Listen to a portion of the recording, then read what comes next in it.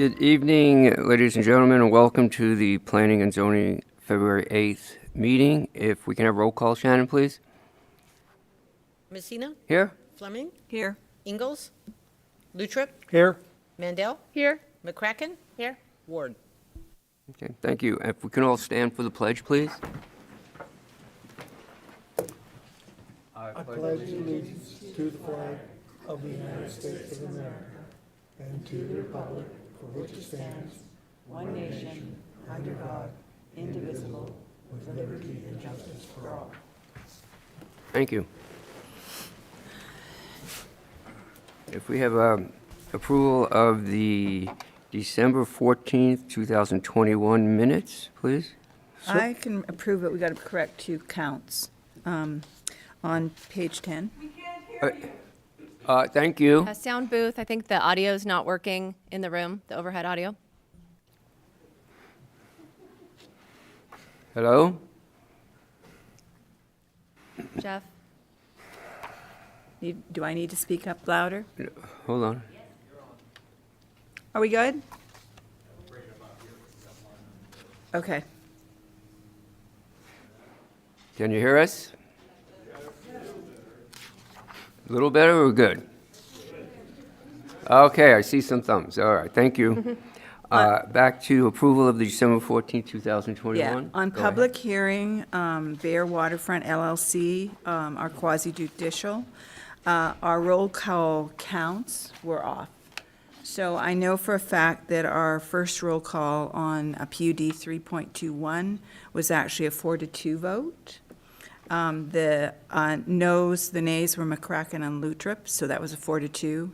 And then on the final S5-21, our final was a 5-1 with the no from McCracken, and the rest were yeses.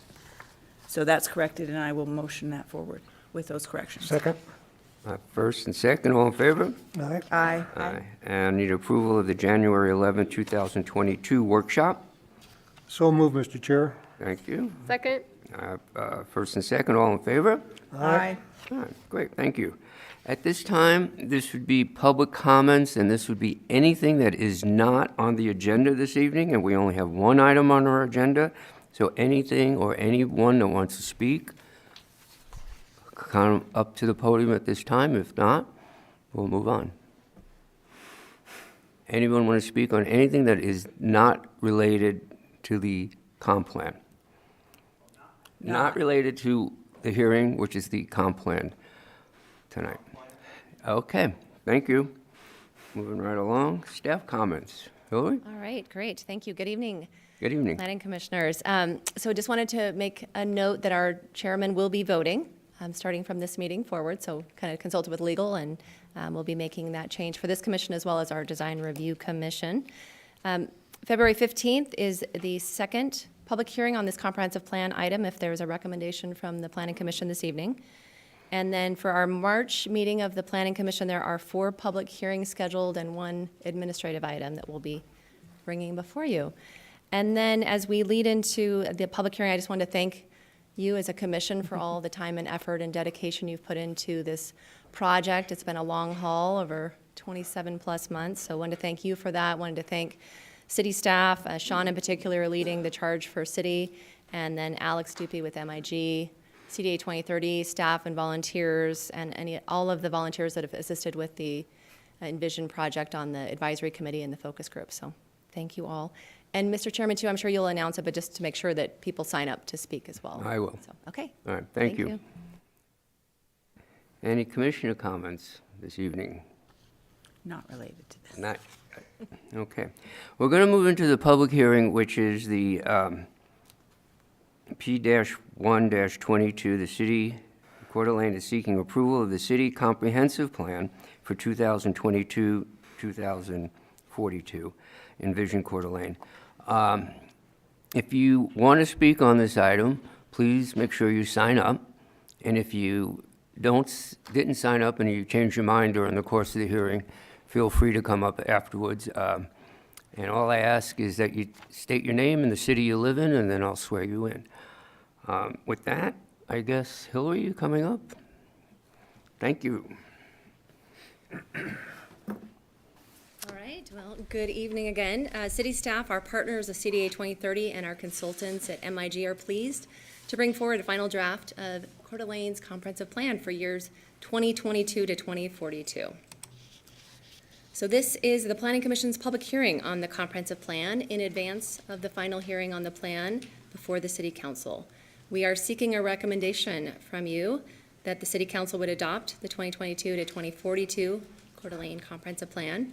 This agenda kind of outlines how we'll be covering the information. This is helpful for the members of the public that are here, but staff and MIG will be presenting the plan, and then there'll be time for questions, discussion, and public comments.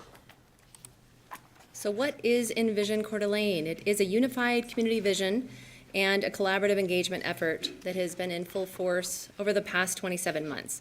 It has been a collaboration and partnership between the city and CDA 2030. It is the city's or community's visioning and long-range planning project that is created to develop a citywide plan and a roadmap for our community's future through the year 2042. And we knew from the beginning the effort was collaboration to really engage our community members, to understand what are their desires for the future, especially as our community grows and for making strategic decisions at the council level. And we knew that there would be two distinct plans. And so for the city, that's our comprehensive plan that's state mandated. And for CDA 2030, it's an update to the vision and implementation plan.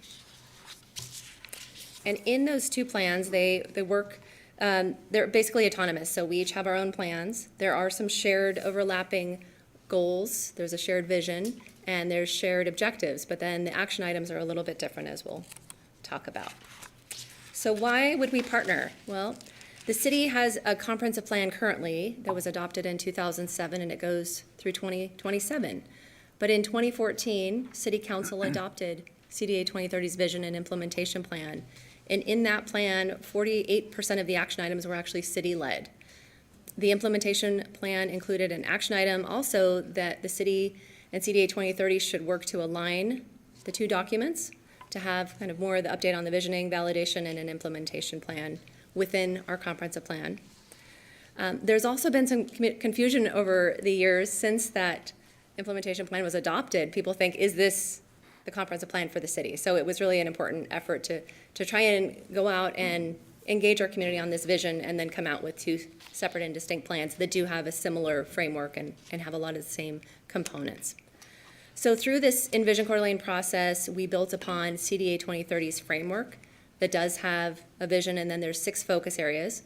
And those 6 focus areas align really well with the state mandated, there's the 17 required elements. And so those elements fall within those same 6 focus areas. And the strategic partnership between the city and CDA 2030 has been beneficial in many ways. It's provided a singular public process, resulting in the 2 unified plans. It has enhanced each other's staff and financial resources, saving us lots of money at the city level and saving taxpayer dollars. It's increased citizen participation in the development of the plans, and it has streamlined the engagement process from a citizen's perspective. So during this Envision process, and Alex with MIG will be talking about kind of that process as well as Sean, the project management team utilized community volunteers and CDA 2030 staff, as well as working closely with our planning staff, CDA 2030 staff, and a volunteer board, as well as committee members. Spent thousands of hours on this process, and in particular this last year we have really been focused on looking at the action items, getting input from the community, getting input from Planning Commission, City Council, CDA 2030 board, and we heard from the community that some of the action items just don't really fit within the city's comprehensive plan. And so you can kind of see on this slide there are some that are really more under CDA 2030's umbrella, and so those are not in the comprehensive plan.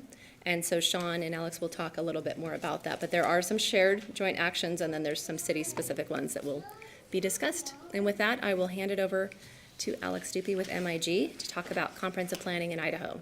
Thank you, Hillary. Thank you. And Alex, just before you get up, no, come on up, Alex. I just wanted to let everyone know, when you do some public testimony here, you'll have 5 minutes to express your thoughts. And I hope everyone is respectful to each other during the meeting. We have a lot of people here, so just remember you have 5 minutes, and there will be a clock here to indicate how much time you have left. With that, go ahead, Alex. Thank you. Nice seeing you again. Good seeing you. Thank you for the time this evening, and thanks for having us back to talk about the comprehensive plan. So I'm going to step through comprehensive planning in Idaho, what's required, but then also stepping through some of the public engagement that we did to actually get to where we are tonight. And then I'll turn it over to Sean to talk about the major elements of the plan, and then I will come back again and talk about land use, which I know is an important topic for many folks here tonight. And Alex, do you want any questions from us, or do you want to do the whole presentation, or how do you want to do this as far as if there's questions from any of us during your presentation? Chairman Messina, I think it's up to you how you want to manage that. Happy to take questions as we go through or at the end. So Okay, whatever's easiest great. for you. Thank you. So just to kind of set the framework for why we do comprehensive planning in Idaho, it is a state requirement that all cities within the state of Idaho have a comprehensive plan, that you plan for the next 20 years of growth within the community.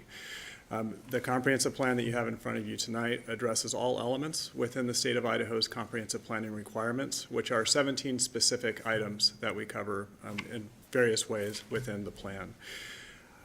Key pieces within this plan that's different than your existing comprehensive plan is that we also include an implementation strategy, or a series of implementation strategies, which is a new requirement since you've done your previous comprehensive plan, and also adding a future land use map. You did have a land use map in your existing comprehensive plan. This one reflects statewide standards to have a future land use map within your comp plan now. And so that's what I'll be talking about in just a little bit. Key elements of what a comprehensive plan is: it does not change the zoning or affect property rights. For members of the audience, if you think about zoning, that is what can happen today. That's your existing zoning on your land. A comprehensive plan is really a strategy or a framework to help guide the future. So if you think about comprehensive plan as the next 20 years, your existing zoning is what's available and what can happen on your land today. The comprehensive plan does not affect what can happen on your land today.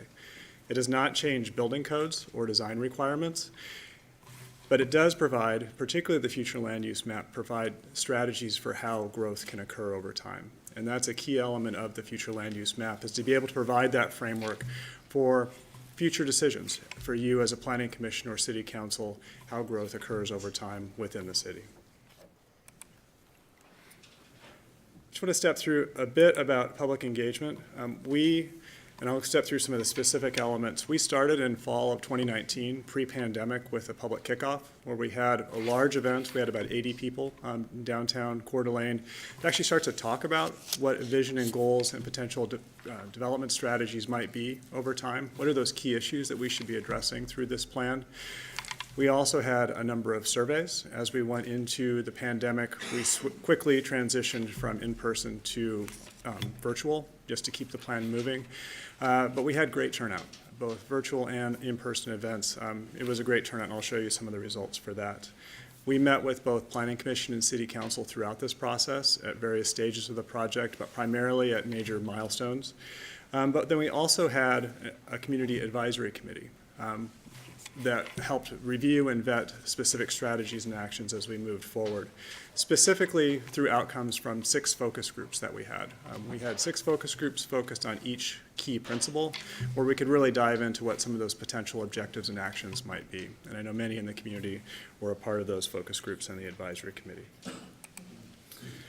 Overall, we had a public kickoff with over 80 attendees. That included game nights after the public kickoff. If you were there, we actually had a board game where we started out playing a land use game, essentially, for the city of Coeur d'Alene. That was taken out to the public, where many people played them on their dining room tables. We took them to schools.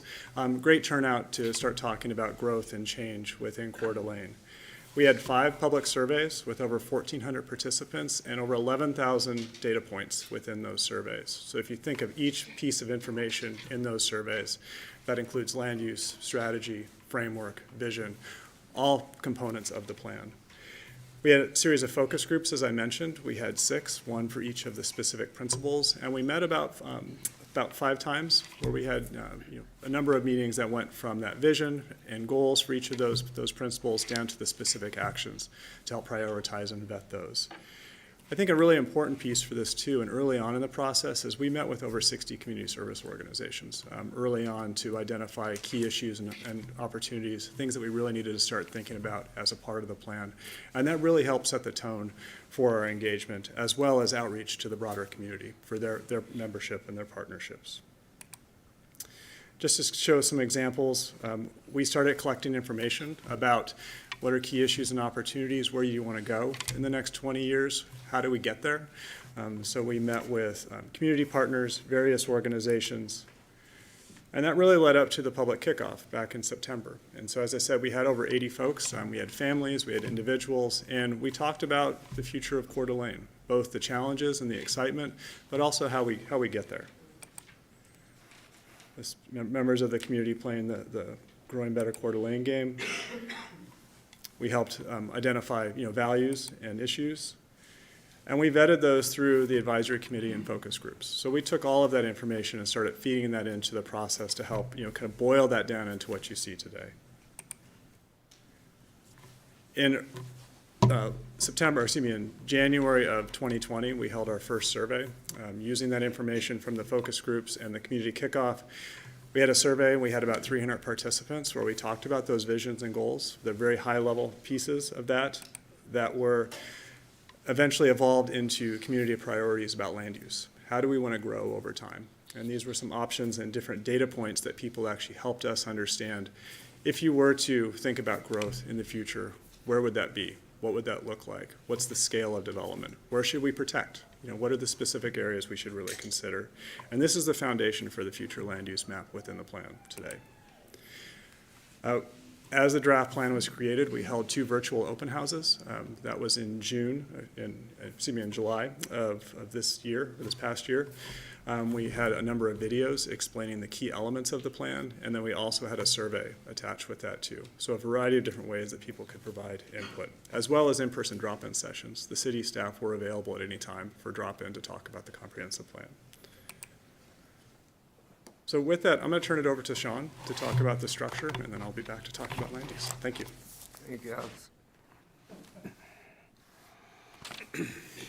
All right. Thank you, Alex. So one of the things we heard from the very beginning, before we even started this process, was do not bring us a completed plan. So Alex showed we engaged the community, we engaged Planning Commission. We had numerous times where there was joint meetings with you as well as with City Council. The last thing anybody wanted to see was a completed plan that came forward where there wasn't input, and it felt like there couldn't have been change. So wanted to point that out. So the document organization, this is how the document is put together. So the Envision Coeur d'Alene plan is put into 4 parts. In part 1, the plan background and organization establishes the foundation of the plan and describes the partnership between the City of Coeur d'Alene and Coeur d'Alene 2030. This document also incorporates the work and established partnerships of Coeur d'Alene 2030 by providing an implementation framework that builds upon the community-generated implementation strategies. Part 1 also provides an overview of comprehensive planning requirements in Idaho, including property rights and a summary of public engagement throughout the development process. So largely that's the information that Alex just provided. So Alex had also said, the state does require that we have certain elements. The state requires that we produce a comprehensive plan. And as part of that plan, there's 17 elements. I can go through them all. They're property rights. This is in part 1 of the plan. And population, we worked with Kmpo on that, determining what the future development patterns would be from a transportation perspective, as well as what was pre-existing and what we had assumed would come down the line based upon vacant properties, and we came to just under 86,000 for a total for 2040, which is KMPO's target date. So school facilities and transportation, that is a part of it as well. The school district plan for 271 is adopted by reference. Economic development, this was done with Bridge. We had a meeting specifically just on that element of the plan. It was one of our sub-consultants. They took a look at what the competitive advantages of Coeur d'Alene are, as well as what the cities around us are doing and how we could work in tandem with them and still thrive. So land use, that's another piece, and we'll talk about that in a little bit. Actually, that is a section that Alex will cover after I complete my portion. So natural resources, this is in part 4, hazardous areas, public services, facilities, and utilities. Largely, these are adopted by reference, such as the water plan, the master water plan, master sewer plan, fire department master plan. Transportation is an element. We MIG and the city, as a sub-consultant, hired Kittleson, who worked with Kmpo to take a look at, okay, based upon the scenarios that we have come up with as they are applied to our future land use plan, what sort of impacts would we see on a citywide level? So it's not a transportation master plan that really dives down to like the intersection level and looks at how many lanes are turning in each direction and how much cars can fit in through there within an hour. It looks at overall from a broad perspective. So there's also a recreation portion. This is the Parks Master Plan that we refer to there. Special areas or sites, that is found in part 4. Housing is found in part 3, as well as tied to the master land use or future land use map. Community design, so largely what the existing Coeur d'Alene looks like, that is found in part 2. Agriculture, being a city, largely urban place, it doesn't apply like it would in the county or somewhere where they have large farms. We do address that through future code amendments that we are suggesting to bring forth code that would allow like victory gardens and things of that nature, kind of the urban gardening. So implementation, Hillary did talk about this. This is it's part 3, but it's really found, the action items are found in the appendix. And I'll talk a little bit more about that as I progress. National interest electric transmission corridors, there's none of these found in the city of Coeur d'Alene or within our ACI, so we do explain that, as well as public airport facilities that are not located here, although there is a plan for the airport that exists north of us, and we point to their master plan. All right. So these are inside of our plan, those 17 required elements that I had just discussed. And then as there's 4 parts of the plan and where you can find them, we call this a crosswalk. And so for each of those 17 elements, where they are located inside of the plan. So part 2 is about Coeur d'Alene. So this is more of a current snapshot of what Coeur d'Alene is. It provides a general overview of the community demographics, our city, parks, neighborhoods, and the transportation network, and includes economy and market position within the region. So you can see here the topics include a number of different things. I've discussed the 17 elements and where they are in the plan, but what does it actually look like inside of the plan? And this wasn't designed to dive in and talk about population tonight and what our current makeup is, but there's some snapshots of what it looks like throughout part 2. So here's some elements of that. The transportation portion of the plan, we through Kittleson and through MIG's review of what currently exists, this is our trails and bicycles plan as they exist right now and where future planned paths would be, where our existing sidewalks are within the city, and that's shown in the lighter blue color, and then transit for CityLink, what those current routes are that serve the city. So part 3, this is the portion of our plan that really diverged and and also met where the 2007 plan left off. And so, as Hillary had mentioned, we didn't really have an implementation portion of our 2007 plan. And so we really sat down and looked at, based upon what's missing there, we did have a vision, but we didn't have guiding principles, goals, objectives, and actions like we do now. And so that's also where Coeur d'Alene 2030 came to the table with us to put this together. So part 3 is the policy framework that describes the plan's vision, the 6 guiding principles, and supporting goals and objectives. Each objective described in the policy framework includes a number of prioritized actions that assign lead and supporting partners and can be found in Appendix A. So the vision is a broad statement that encapsulates the intended direction for Coeur d'Alene. The statement captures where the community wants to go and what it wants to be by 2042. And then the guiding principles, Alex had talked about those guiding principles. This is the piece that we had picked up from Coeur d'Alene 2030. They are community and identity, education and learning, environment and education, growth and development, health and safety, and jobs and economy. The goals, so under each one of those, we'll have multiple goals, which each guiding principle includes goals that provide broad direction that align with community priorities. Goals are statements that help set the directions for these future actions. And then there's objectives, which is here. Objectives are statements that provide general guidance for implementing the goals through one or more actions, and each goal has one or more objective. And then the actions, and this is where these can be found in the appendix.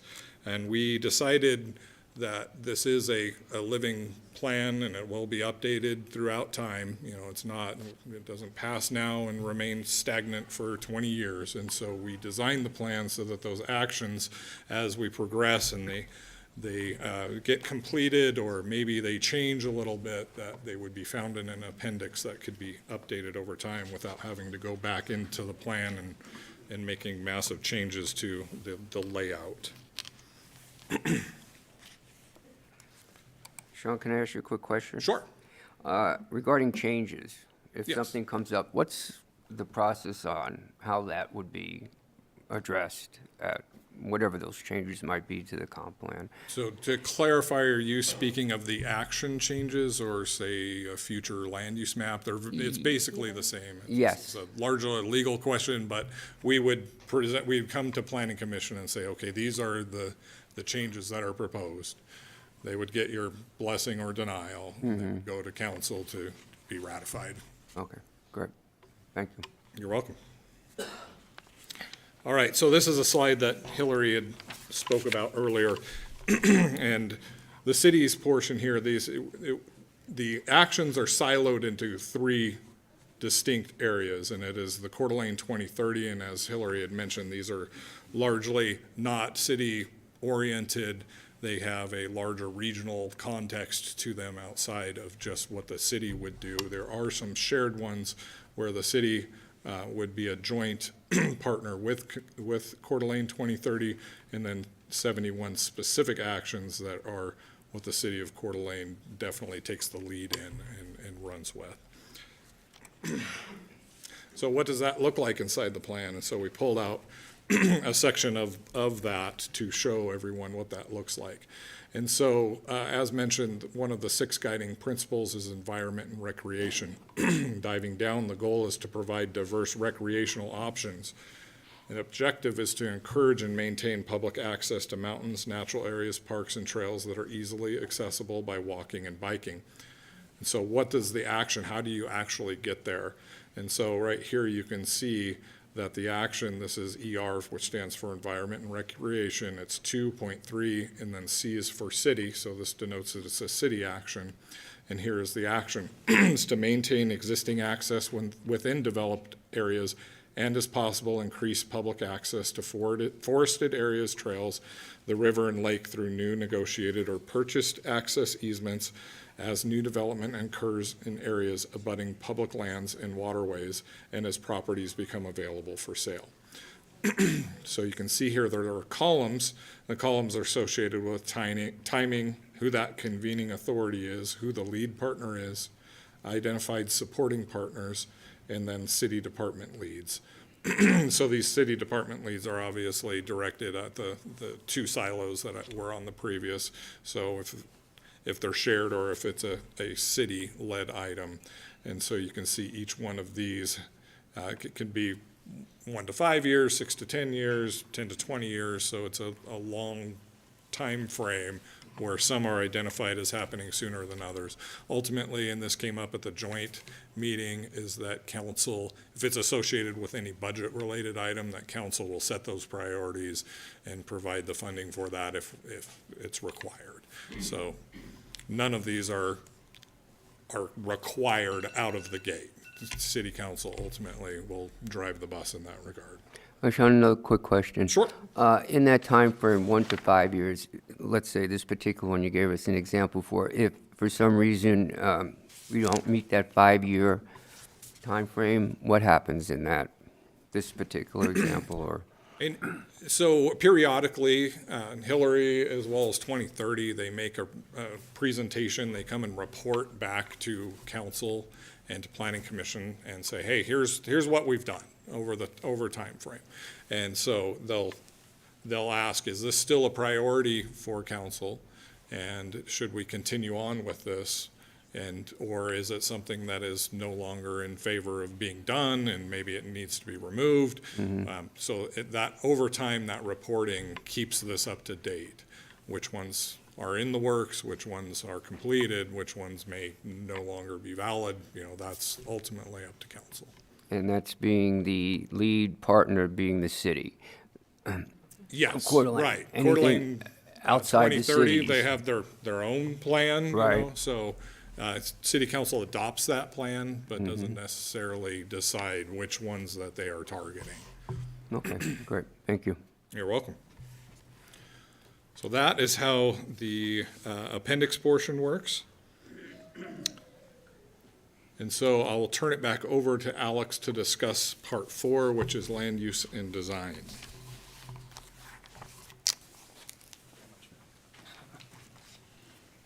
All right, thank you, Sean. So I'm going to step through land use and design component. This is a new component within your existing, or within this comprehensive plan.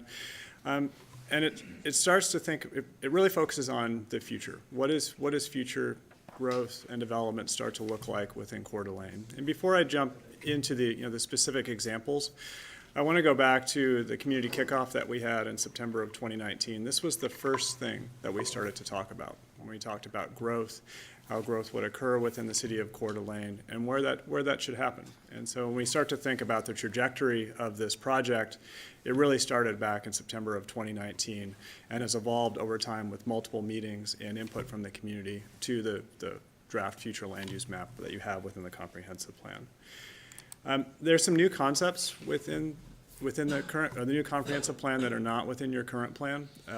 With the future land use map, we've developed a series of what's called place types, which are actually future land use designations. And again, these are not zoning designations. They don't have the legal authority that a zoning designation would have on a piece of property, but they do help provide guidance if zone changes come in or future growth comes in that you might have questions about. Does this actually apply to what our vision is in the future for that? So it's an added tool for you and city council for how you start to look at growth within the city.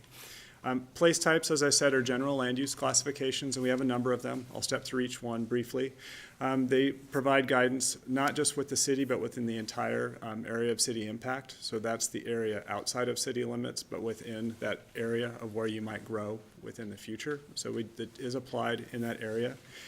They do implement the vision and guiding principles. So that was a very important element that we looked at, particularly for the community priority survey, is if we choose this direction, how does that start to meet the vision that we had established earlier in the process? So the place types and the future land use map marry the vision with what starts to get to be a framework for future land use decisions.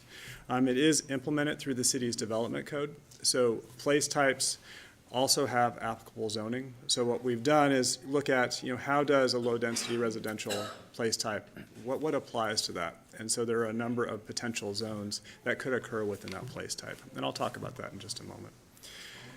So with this, for each place type, within the comprehensive plan, we have examples. This one, for example, is compact neighborhood. We identify key characteristics at a high level of what design might start to look like as future growth occurs, what the transportation is, what the housing or the commercial stock starts to look like and how they relate to one another. But just to give that general guidance for future development. The other piece, which I just spoke about, is it also identifies compatible zoning. So within this example, there are a number of potential zones that could be located within that place type. So if you think about a place type as an umbrella, the zoning is what's happening underneath that. That's kind of the particles of that place type.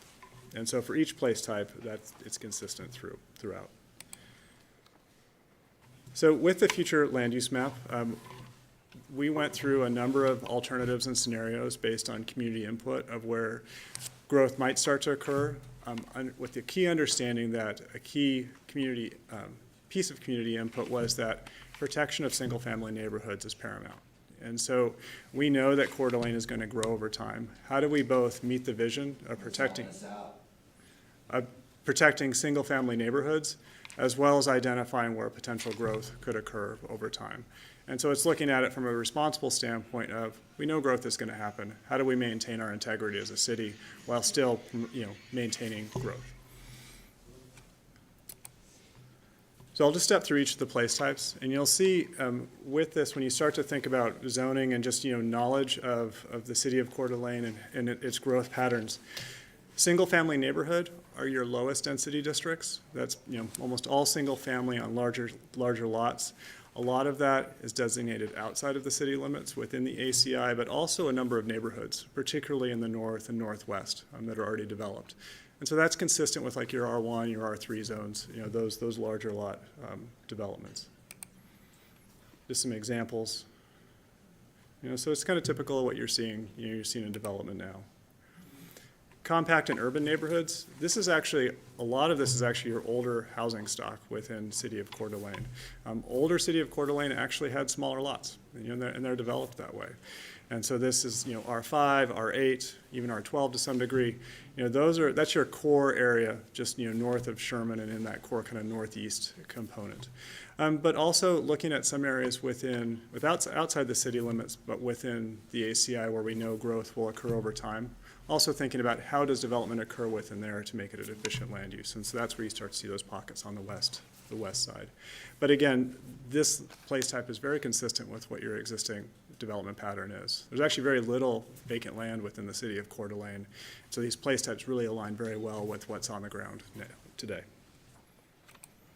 Just some examples, different types of things you see throughout Coeur d'Alene within these areas.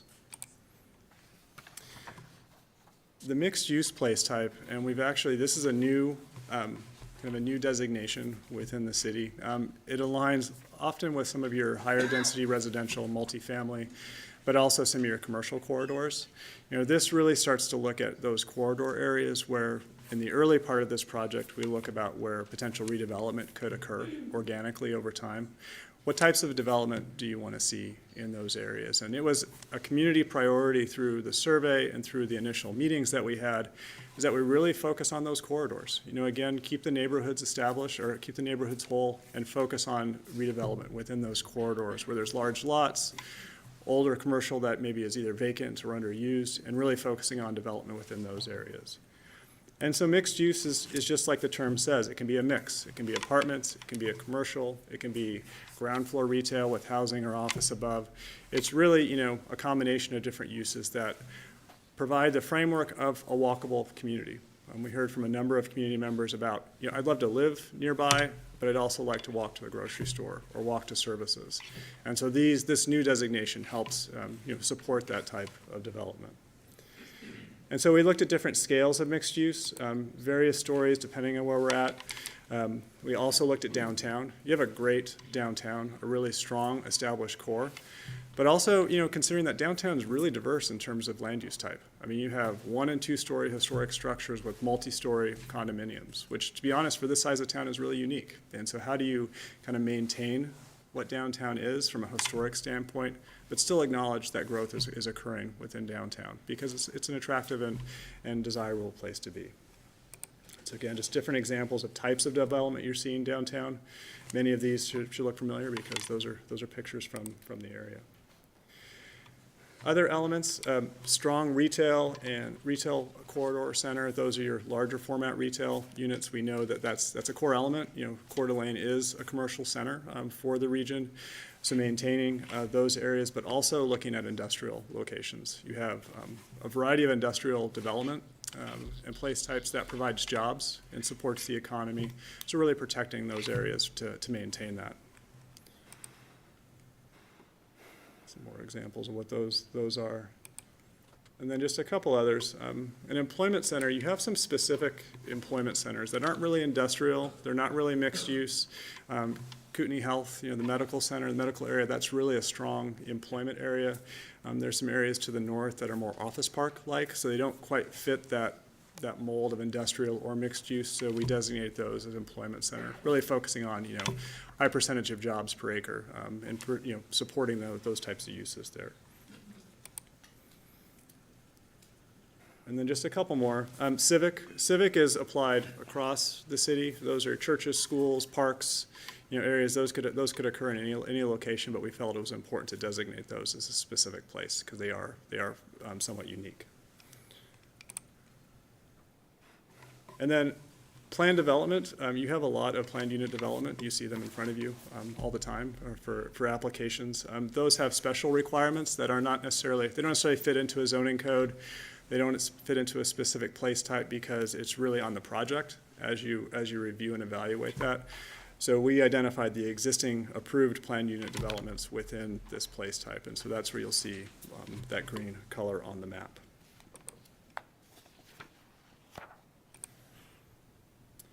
And so those are place types. So those are your generalized land use categories that you see on your future land use map. I did, before we close out and for questions and comment, did just want to identify from our January 25th work session with Planning Commission and City Council, we did make some changes to the plan with your comments that you had. We did make some minor edits, you know, typos, clarity, things like that, you know, just as we continue to scan the document, we catch little pieces here and there, or that people point out. We've made those changes. We've added or modified a few images to make them a little bit more specific to what we're talking about.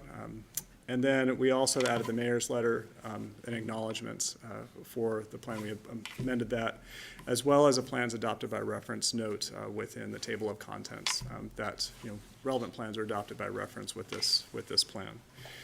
A couple other pieces from the workshop. We noticed through the discussion that there was a place type, kind of a residual place type, that was no longer on the map. It was actually a remnant from the scenario planning and some of the older discussion.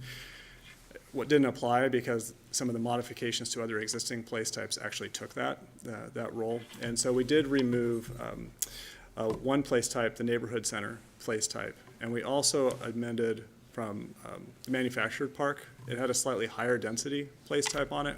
We reduced that to make it more compatible and consistent with what's there today, just to try and preserve that naturally occurring affordable housing, so to not show that. And then, you know, minor edits to the place type descriptions and made sure that the images were appropriate. So minor changes overall, but we just wanted to identify that we did make a few changes since you've seen it on the 25th. So with that, I just want to thank you for the time. Certainly open to comments and questions from you. I'll say a quick question. Sure. Regarding the land use map. Yes. As you stated in the beginning, this is not changing zoning or anything like that. It would have to go through the regular process in front of planning and zoning for a zone change. In our packet here, it says some, you know, like compatible zoning R17, R3, R30, and that's under, I'm just taking an example, urban neighborhood. What is the compatible zoning? Is that the zoning in a, this one is the urban neighborhood. Is that the zoning in that neighborhood that's highlighted on the plan, or is that something, and I'm on page 46, Hillary, is that something that those zoning can be changed to? What? So thank you for that question. So that zoning that's identified within that place type already occurs within that place type. So we Okay. did not change any zoning on the ground for the place types. what you'll see on some of these place types is like C17 might occur in a few different place types because there's, the place types can allow a number of different uses. But it helps provide guidance. For example, if you had a zone change come in front of you, and that zone change had a different zoning request than what's identified within that place type, that gives you additional guidance of what that future value was identified on the future land use map. And so it's an extra step, and it provides an extra piece of information for, this was the vision, and this application either meets or doesn't meet that vision based on what those development guidelines suggest within your code. So it just helps provide some guidance on future land use decisions. But we have not changed any zoning. The zoning in each of those place types was the foundation for developing the place types, actually, as well as future plans like East Sherman and others that you had future guidance for land use. Thanks, Alex, appreciate it. I have a question, and it could be Alex or Sean, maybe. With the, just refresh my memory on the population numbers you're using, and then how that kind of filters throughout the plan. I remember playing the 3-hour game a long time back, but how the different options were for population growth and where those numbers came from and why they were chosen, and then how that kind of flows through here. Sure, thank you for that. The initial population of, I believe, 86,000, 83,000, somewhere around there, that's a Kootenai MPO number that was developed with Kootenai MPO and the city several years ago. And so we used that's the assumption, that's the growth assumption the MPO has for the city. So we use that as the base for looking at, how do you accommodate that growth over time? And then the questions for the scenarios that we developed is, how would that occur? Would it occur on a corridor level? Would it occur, really kind of making it compact within the center of the city, or would we, put it in different pockets around the city? And so that's where that population number, kind of percolates through, is how the technical team in the city and the community made decisions about where those place types would actually be. So we were able to accommodate that, but, looking at it a little bit more holistically about how that growth should occur. And then with the requirements for the comprehensive plan, is there a requirement for what type of source we're using for population numbers or anything like that? I'm not sure from the state level, Sean, but Kmpo is kind of the recognized organization that all the communities within its kind of jurisdiction use for population projections. I do want to point out too, our existing zoning could get us to 85,000, no problem. So we're not intensifying that or saying we're inviting all this growth with this new comprehensive plan. It's really just helping direct growth where the community said they'd like to see growth happen over the next 20 years. If we're continuing at those projections, that's kind of based on historical trends as well as existing and projected. And Hillary, I think that's a great point too, and just want to reiterate, we're not changing the zoning. Those population projections, as Hillary said, your existing zoning actually, could allow that amount of population growth over time. Yeah, and I just wanted to, understand how those numbers are used within this to help identify where that would happen. No, thank you. Appreciate that question.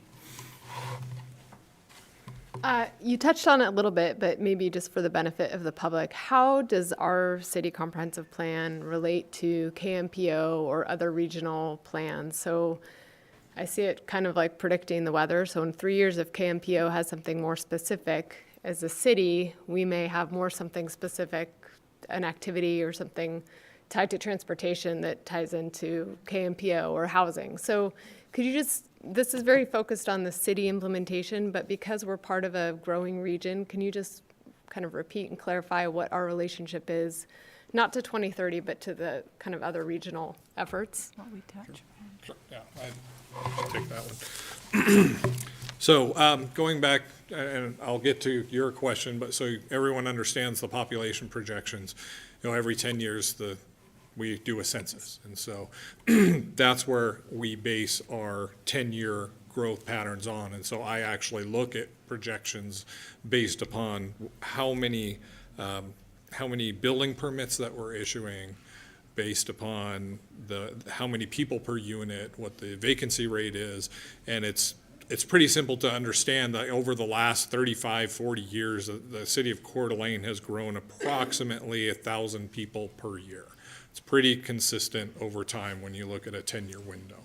And so we extrapolate that out, we don't grow perfectly linear over that time. It does a compounded growth rate. And so we did that and made an assumption, okay, in this time period, we can expect to be at a certain point. And we worked with Kmpo, which is getting more to Mandel's question, is that, okay, well, we know where the vacant land is and where our current corridors are, and they look at that bigger picture and how the cities align and, where those connections either are not right now or or they are, and where is that traffic coming from and where is it going to? And it's a modeling system that looks at it regionally. And so we looked at that with Kmpo's help and said, okay, we expect growth to happen in these places inside of city limits and also inside of the ACI, assuming it gets annexed in by Planning Commission and City Council over the years, and determine, okay, well, what sort of improvements need to be made? And so they look at those street improvements over time. And it's difficult, you can't. No one can see a pandemic coming, and and nobody knows when there's going to be a fall in the economy or when it's going to take off. So you try and smooth the bumps out, and sometimes it's playing catch up, and sometimes it's getting ahead of the game. So we try and do our best in that regard. So hopefully that answers your question. Yeah, and because that is over 20 years, I mean, it's about 1,500 people a year. I mean, it's not. Yeah. We did do it a little bit high in anticipation, that non-linear growth, that it would be a compounded growth rate over time. So you end up with a curve rather than a line of straight growth. Right. If I may clarify too, so City of Coeur d'Alene, we're actually, I think, at 2.5% growth rate, Sean, and we've maintained that even though Post Falls has been about 7.5%. So our region as a whole is having higher growth rates. City of Coeur d'Alene has not. So I think that's important to be aware of as well. Yeah, we're kind of locked in, yeah. Okay. Any other questions for Alex or Sean or Hillary before I start public comment on this? One Go right more, ahead. sorry. And to confirm too, and I think it was Chairman Messina, process-wise, each year, the planning department and the city kind of give a report on progress towards the towards the goals, objectives, vision, activities. But ultimately, from a public standpoint, there's an opportunity. I mean, these are driven too by priorities and resources. So these are not committed. They're not obligated. The funds are not obligated to them. So each year, there's kind of an evaluation process of what would be nice to do in this versus what we have to do in this versus what we can do as part of our budget. So nothing in here is obligated or committed. It's just sort of guardrails to guide us in our decision making, but ultimately it comes down to resources and priorities that are driven by planning, by city departments, city council, et cetera, correct? Very well stated, yes. So the implementation plan, it's required by the state, so we have it in here. This is the first time we've had it in our comprehensive plan, and the action items are really to help implement the goals and objectives that are throughout the plan in those 6 focus areas. So exactly what you said. They're recommended actions, recommended timeframes, but it's really up to city council to decide if those are prime and if there's funding available or if there's staffing available, if there's no additional cost, so. We're looking at doing probably like a 5-year update on the implementation plan portion of that, and then the annual update on kind of accomplishments and check-ins on that. But from your perspective, for future land use decisions, you won't be looking at the action items. There might be one project here and there that might be applicable, but really you'll be looking, as you do now, just kind of on the goals, objectives, and then now you'll be looking at future land use map and place types and things like that. Great, thank you. Okay. All righty. Well, we'll see you up later if there's anything that comes up.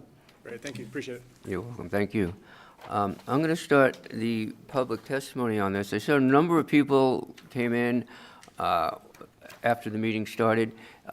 If you do want to speak and you haven't had a chance to sign up, there should be another sign-up sheet over there. Just sign your name to it, and then it'll be handed to me, and I'll give you a chance to make some public comment. Based on the sheets I have, the first person I have here is a Jeff White, and he did indicate he wanted to speak.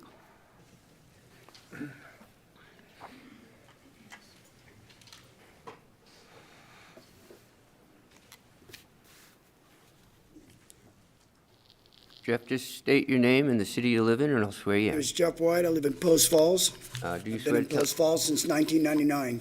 Great. Do you swear to tell the truth, whole truth, nothing but the truth? so Yes, help you God? sir. Go right ahead, Jeff. So I've heard multiple points from these gentlemen, from them. And I sit back and I wonder when I hear about this long-term plan and development, housing, apartments, commercial zoning. When you talk about rezoning, I've seen a multitude of rezoning based on developer dollars. All of you are guilty of just pimping our state out. I have yet to see any development turned down, and I can say this honestly because I am actually in the building industry. I have watched it go uncontrolled, unchecked. If somebody, I have yet to see anything be turned down. The infrastructure is completely overloaded. You can't go anywhere without running into construction because you guys are trying to play catch-up. But you talk about planning. You talk about the number of people that are coming. They're coming because you're overdeveloping. They're coming because you're making housing available wherever you can. I've watched the entire prairie disappear. We used to be able to raise cattle, raise feed for them. Now we're importing. I can't say that I blame ranchers for selling because it's a hard life. But what I can say is if you guys just didn't make it so abundant for development, those dollars wouldn't be available to them. You guys have been unchecked for so long, it's not funny. I used to fish on the river by the lumber mill. Now I can't go there because you guys sold it. It's developed. It's private property, along with a multitude of places along the river, the lake, and now you're starting on the mountains. When I moved here in '99, I could ride a dirt bike from Post Falls to Canfield Mountain, which was open to the public. Now it's not. And I never touched asphalt. Now I can't find dirt. You guys are literally selling the state out. You talk about, well, where's this gonna go? Where's that gonna go? Section 8 apartments going up continually. Who's paying for them? Our state taxes are going up. Our property taxes are going up. Our infrastructure is just being devastated. The water, the sewers, and you guys are still playing catch up and still selling. You haven't stopped. I have not heard of a single development being turned down or rethought in Post Falls yet. Not a one. I've been to multiple commission hearings there. I've been to multiple development hearings there. There isn't even an opposition to development. You guys are becoming much like Post Falls. You're afraid to get sued if you say no under some discriminatory act of, no, we don't want Section 8 housing. Oh, you don't like poor people? It's out of control. You guys need to realize this. You need to put a handle on it. You haven't stopped. If you look at the number of people here, you're saying 2%. I don't know where you're getting your numbers from, but we're growing a lot faster than 2%. And I see it. Everybody sees it. There's a reason these people are here. They're not happy. None of us are happy. You know who are happy? Developers, planning department. Why is the planning department happy? Why is the development commission happy? Because you guys are getting fed major dollars. You're being sold. You guys have all been bought. You don't even realize it. If you haven't seen, looked around, if you haven't stood at a traffic light that wasn't even there, but now you sit through it 3 times before you even go. The number of out-of-state plates outnumbers the Idaho plates any given day. Where do these people come from? Well, out of state. Why? Because we're the place to be. Because you guys have promoted it that. You have promoted that. And I mean, I realize development it's inevitable. But controlled development is a different story. There is absolutely no controlled development in Kootenai County. Zero. You are out of control is what you are. If you have seen any place that doesn't have a for sale sign on it from one year to the next, I'd love to hear about it. I know people that have lived here their entire life that are going, we're leaving. It's out of control. The amount of stores, retail outlets, you guys are out of control. You need to put yourselves in check. Thank you. Thank you. Thank you. The next person I have, appreciate your enthusiasm. Next person I have is Doug Eastwood. Did not indicate if he wanted to speak or not.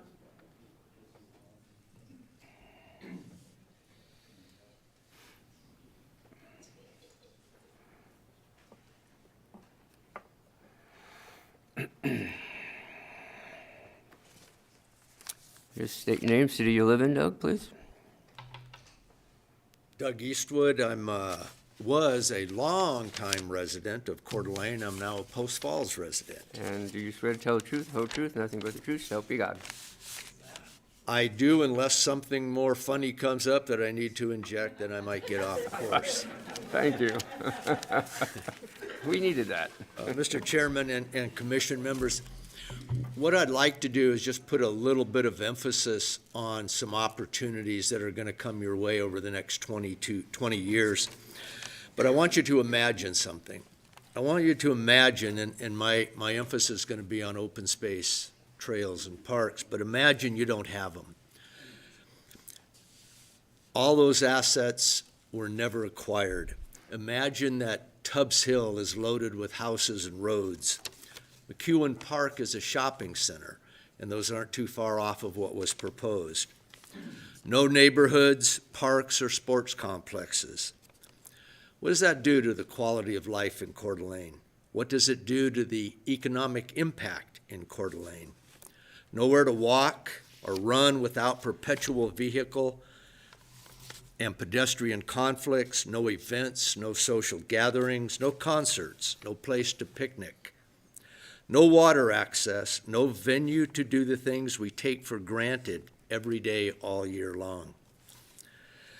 The parks and trails in Coeur D'Alene are estimated to generate approximately $15 million in new money every year from the events scheduled throughout the park system. Take that money out of the community and how many businesses are impacted, how many jobs are eliminated. Take the parks and your trails and your open space out of the equation, your tax base shrinks exponentially, and with other services that are probably going to be reduced if not eliminated. Now, I'm not painting a bleak picture. I just want you to imagine what it would be like without what you have.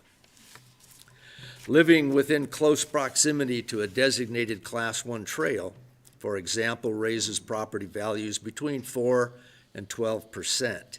It's even higher around parks and golf courses.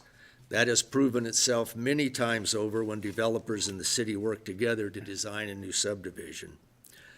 Studies have been done in other communities that define the tax base built around open space, parks, and trails.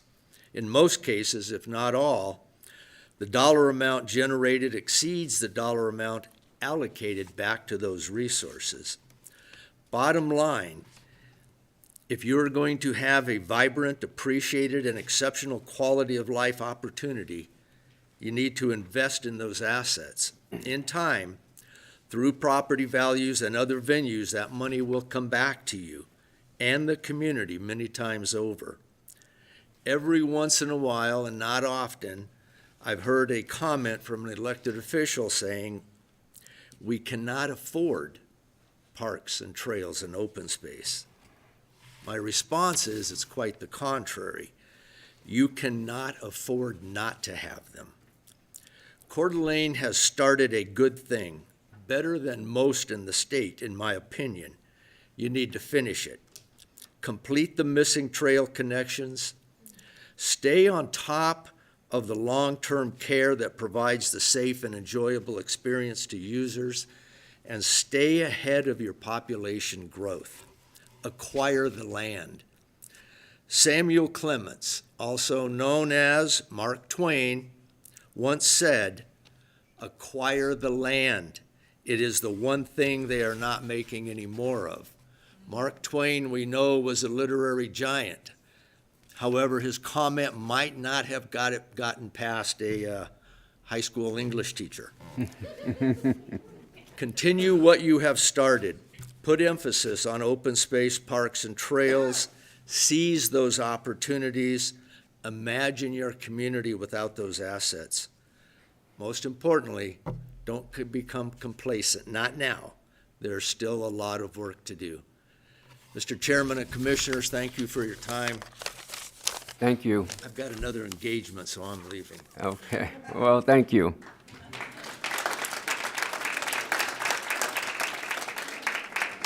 I have Glenn Warner.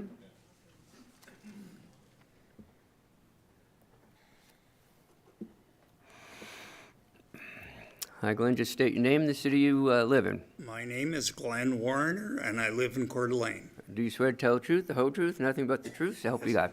Yes, I do. Go right ahead, Glenn. Yes, I'll be brief. Okay. First of all, I want to say I agree wholly with Mr. White, our first speaker. Given that the last comprehensive plan, I believe, was in 2007, and given that you've spent 2 years working on this comprehensive plan, according to the Coeur d'Alene Press, the public gets to speak for only 2 weeks on this. I think that the importance of the comprehensive plan, especially our relationship as a city to the state, it's the only time we tell the state this is what we're going to do. The state doesn't care about our zoning, but they do care about the comprehensive plan. So it's very important, and I think giving the public only 2 meetings to express their opinion is really out of character. It's not appropriate. my opinion. What you're seeing before us was 2 years of public input, multiple meetings. There was a massive number of meetings and Oh, yes, but workshops that's and. prior to the plan being finished. We're It's been talking about after the formulated plan. with all those participants. Trust me, we suffered long, and a lot of paper went through. There have been, I was on health and safety. I asked, what happens when we get an epidemic? It happened in 6 months' time. Those are the questions that were put forward by thousands of people. And it was just a matter of keeping an eye on when those meetings were happening at the high schools, downtown, over here. They were all blanketing the city. So the opportunity, this is a culmination of the public input. It wasn't generated by the city. The questions and the work boards were formatted, but I'll tell you, all those roundtable workshops were all public, and they came on bikes. It was 2 years. I know, he can certainly add to this, but I want to restate that nobody believes that this happened in 2 weeks' time on someone's desk. It's evolved over 2 years by the public. Right, but we're talking about a finished product now. And the public, up until that time, it was not decided what was going to be the finished product. So now that it's finished, the public should have a voice. You do, this is it, and I'll keep myself short. 2 meetings, that's not enough. This is a big thing. I don't know. So that's, yes. I appreciate your point, I really do. You know, and it's difficult sometimes to, how much is too much, how much is not enough? You know, and if you feel 2 weeks is not enough, and continue to express it otherwise. I mean, what we want to do is we want to do it right. We want to make sure that everybody has a comments that they want to make, and then we can incorporate them. So thank you. Sean, how can he find this online with the city? And if you want to go to cda.org, we'll find this current document right now. Correct? Okay. It's 168 pages. It is, and you're trust me, giving the I've read public it 4 times. 2 weeks to look at it. Yeah, it's a lot to read, I know. Thank you. Next, Is there a way for,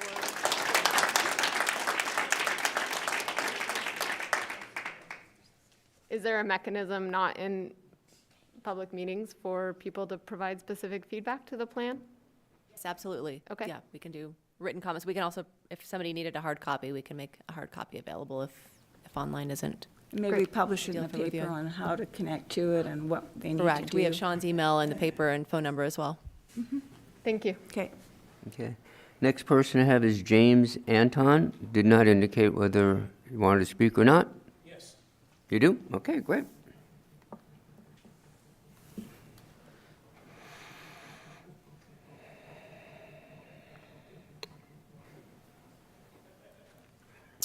Just state your name and the city you live in.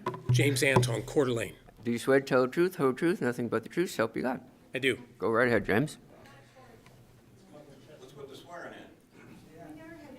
I'm sorry. If you need to say something, you can either wait until I call you, if your name's on the list. If not, you can sign up and you can tell me whatever you'd like to once you're up at the podium. Thank you. Go ahead, James. Thanks. Long-term planning is great. The question is has this long-term plan been fully vetted?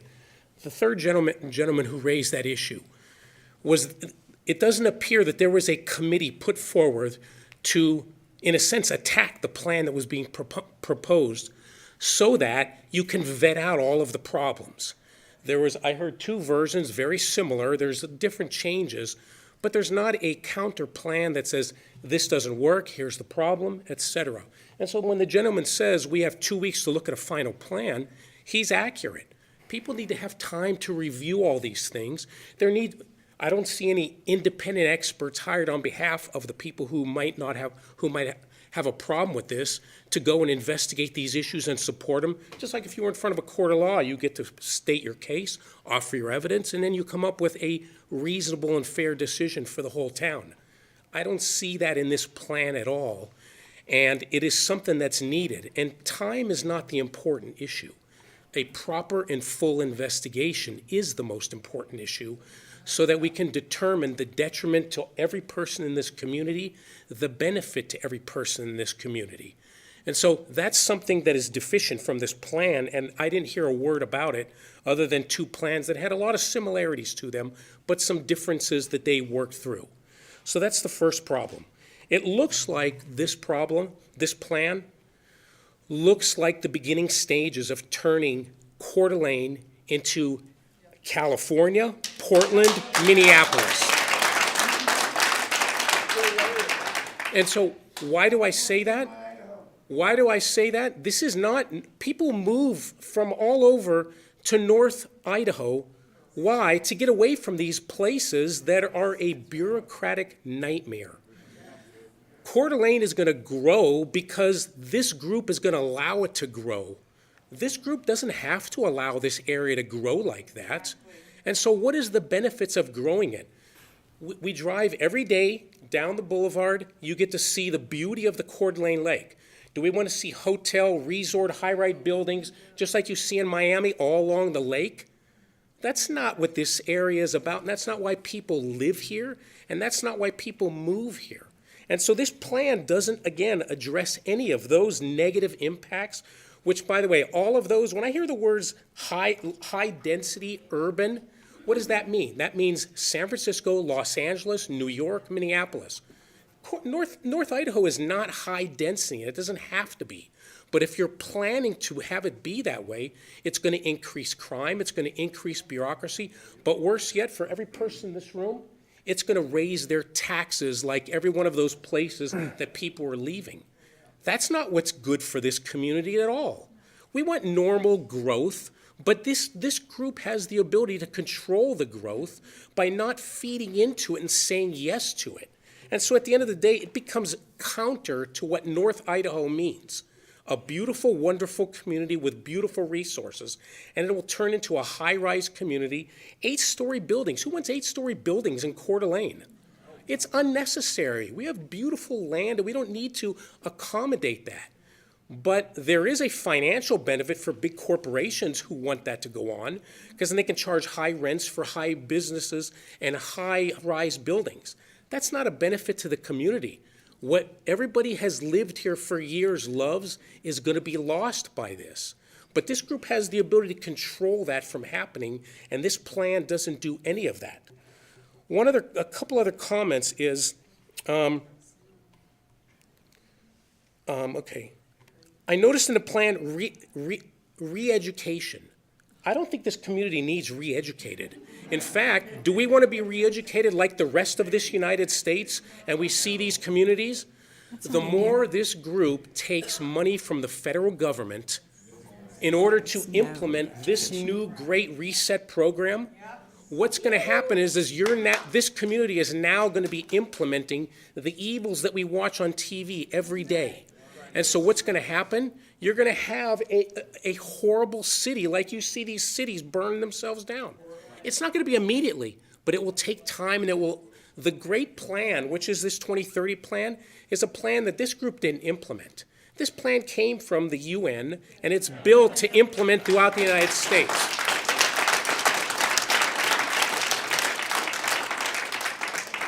And so the Coeur d'Alene plan is one piece of that puzzle to implement the same plan everywhere so that we become harmonious with the rest of the United States.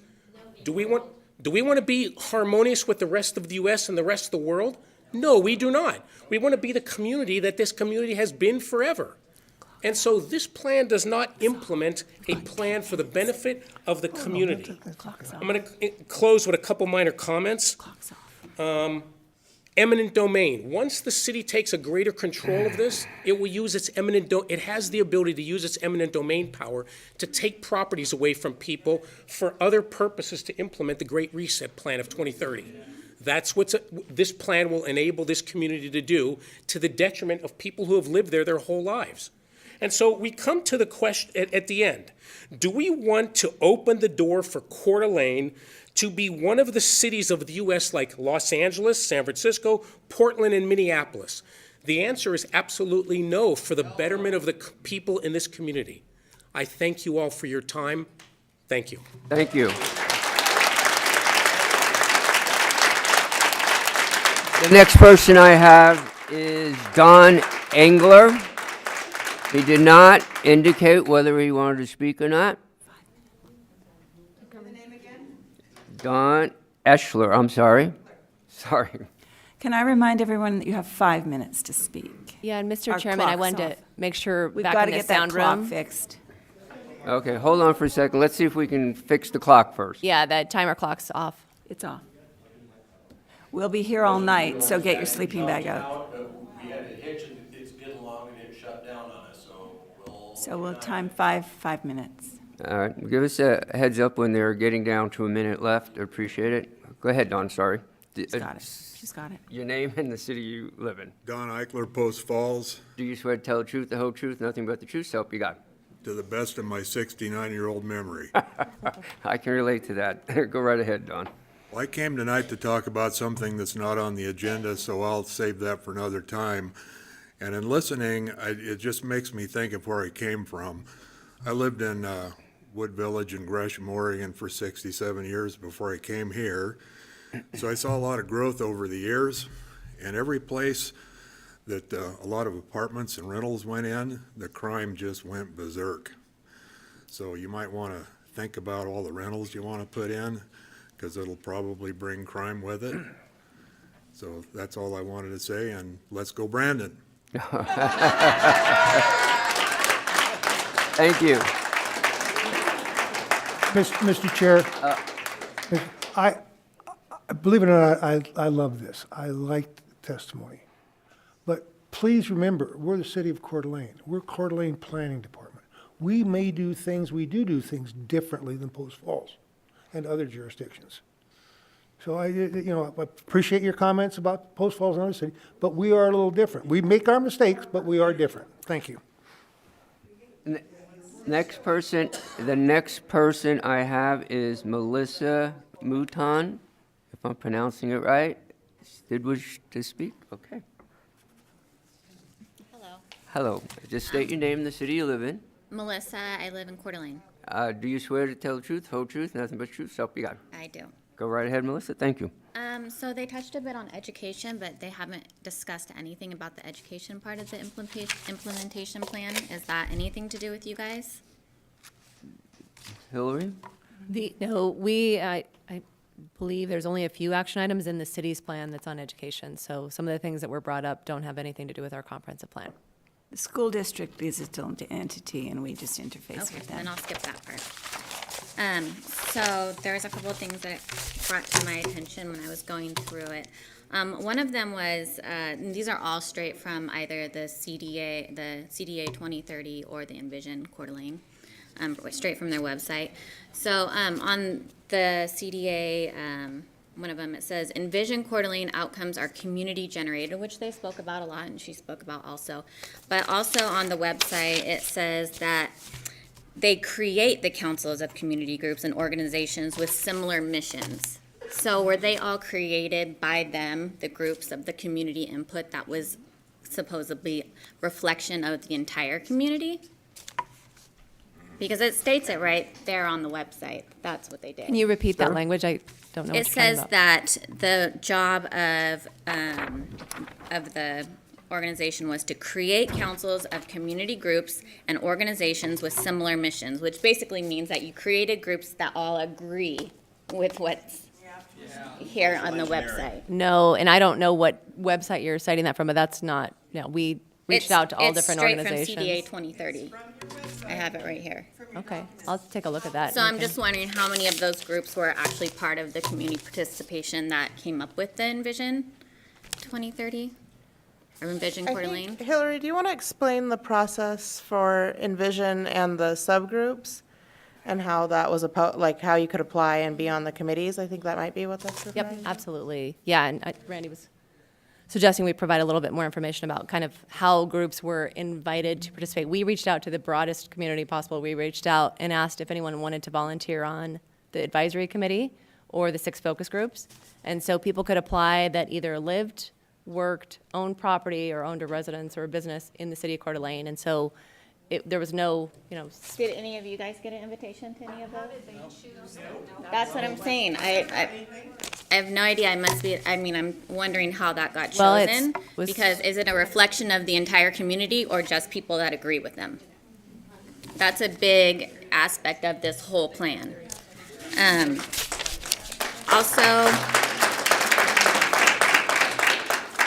So another part of the plan, straight from the website, is they want to develop increased housing and shelter options to better address the needs of the homeless community.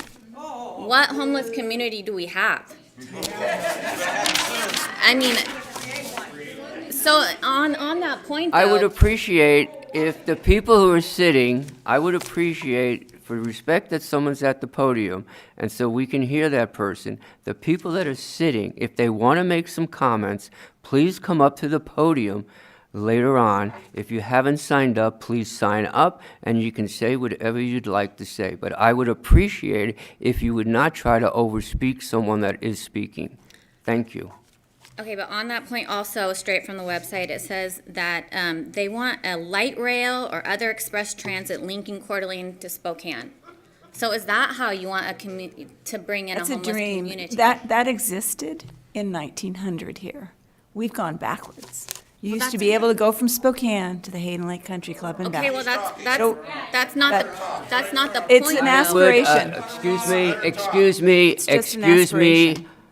She asked a question, I Lynn, answered. wait for a second. What I'm saying, though, is that how you're going to bring the homeless community into Coeur d'Alene?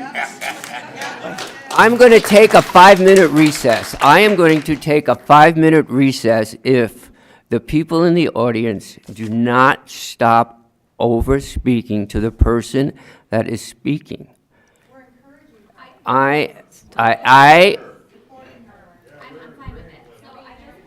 I will be taking a recess, as I said, if we do not stop over speaking to the person that is at the podium. You're making it difficult for us to hear what that person is saying. Thank you.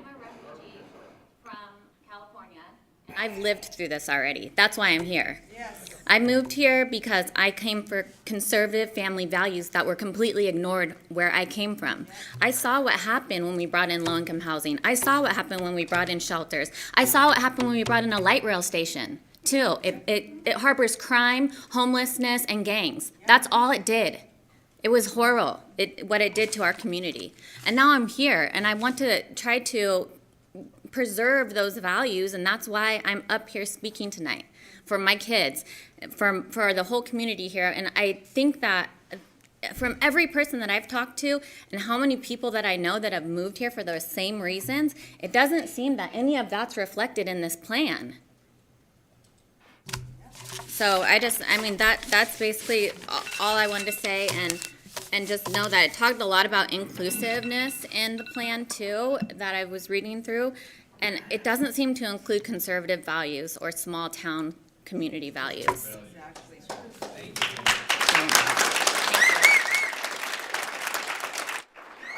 The next person I have is Tommy B., and he did not indicate. Okay, come on up, Tommy. State your name and the city you live in, and I'll swear you in. Bensich, Coeur d'Alene. Do you swear to tell the truth, the whole truth, nothing but the truth, so help you God? Certainly. Thank you very much. Go ahead, I'm going to Tom. have to admit that this plan really sounds really good. Everybody that was involved in it really planned it out. The only problem is it's not our plan. It's a plan of debauchery. It's a plan of social engineering. And it's a plan that we don't want, so get it out of town. Thank you. The next person I have is David Groth. David?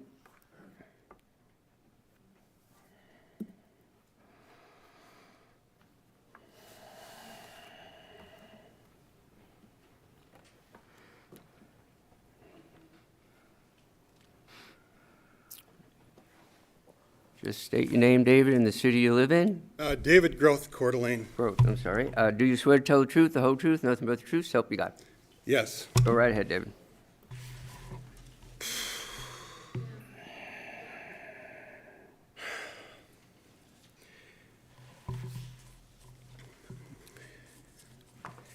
I'm a retired teacher here. I've lived here since 1982.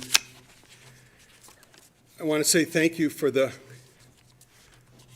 Planning Commission's vision to promote orderly growth, preserve the quality of Coeur d'Alene, protect the environment, promote economic prosperity, and foster the safety of its residents. I want to say thank you for that. And I also want to say thank you to decades and decades of people who are not here tonight, who have created this community of Coeur d'Alene that people are attracted to come to because of the energy, the love, the care of people for the last 100 years, the last 10 years, 20 years. I want to say thank you to them. And I also I know this planning is not about anything subjective, but I want to keep the word kindness in here somewhere. Kindness. Because that's something I treasure about this community. Thank you. Thank you. Appreciate it. Next person is Todd Butler. Todd, okay.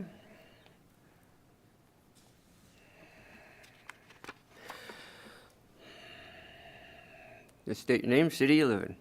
Todd Butler, Coeur d'Alene. Do you swear to tell the truth, whole truth, nothing but the truth, so help you God? I do. Go right ahead, Todd. So, I've practiced architecture here for going on 30 years. And so I've had a lot of opportunities to work with the city, both the planning department, and I'm currently overwhelmed with work. I'm working in 4 different states. I'm working in a lot of different jurisdictions, and I'm running across a lot of different issues like this. Comprehensive plans that don't line up with planning. And I just would like to step forward and say how much I've grown to appreciate what Coeur d'Alene has been doing from that standpoint. My understanding is that they are respecting our personal rights with this. What we own right now is ours, and it's not changing that. And I'm hearing a lot of opposition to this, but I would say from my standpoint, I remember a couple years ago seeing the articles in the paper about this planning process starting. And I believe I signed up online at that time to get more information on that. I'll be the first one to admit, I didn't attend those planning meetings, but I kept getting notification of it. And I did see a draft plan more than today in the paper. I've seen a draft plan that I've had a chance to look through, so it's not a short process. So I do respect the opportunity to have voiced my opinion, and I haven't put that forward. Sorry. But I do recognize that I've had that opportunity for over the past 2 years, and I have seen numerous articles in the paper over the last couple of years that keep inviting me and other people of our community to come join this process. So I find it a little frustrating that we come to the witching hour of all this work that's been put into place, and I think respectfully been put into place, and now there's a lot of opposition to it. I respect everybody having input on that, but again, I feel like we've had that for a number of years. So I will just share with you, I am working in some jurisdictions that it's like pulling your hair out, because they've done things like amend a comprehensive plan, and that no longer aligns with the current property rights. And so when I had a client who was trying to do a project that was zoned properly, and they did their due diligence and they did everything they were supposed to do before purchasing the property, it got taken away from them because there was a new little section of a comprehensive plan that nobody knew how to interpret. It was approved by a planning board, but then when it went to city council, the city council overturned it. So my clients are just completely out on their heels, and it's just a frustrating position to be in. The planning is important. I can agree with it, most everybody. The growth is overwhelming to me too, living here for the past 30 years. But I understand without a plan in place, it's only going to get worse. And I appreciate the effort that the city's putting forward on this right now. Thank you. Thank you. Appreciate it. Nicole Cummings? I think she might have left. Okay. Nash, and I apologize on last names, Mouton? Mahurin? Jess? Mahurin. I'm sorry about your last name. It's Mahurin. And I know I've been to when you did a parade of homes down on the river, I've met you before. Just state your name and the city you live in. Nash, Coeur d'Alene.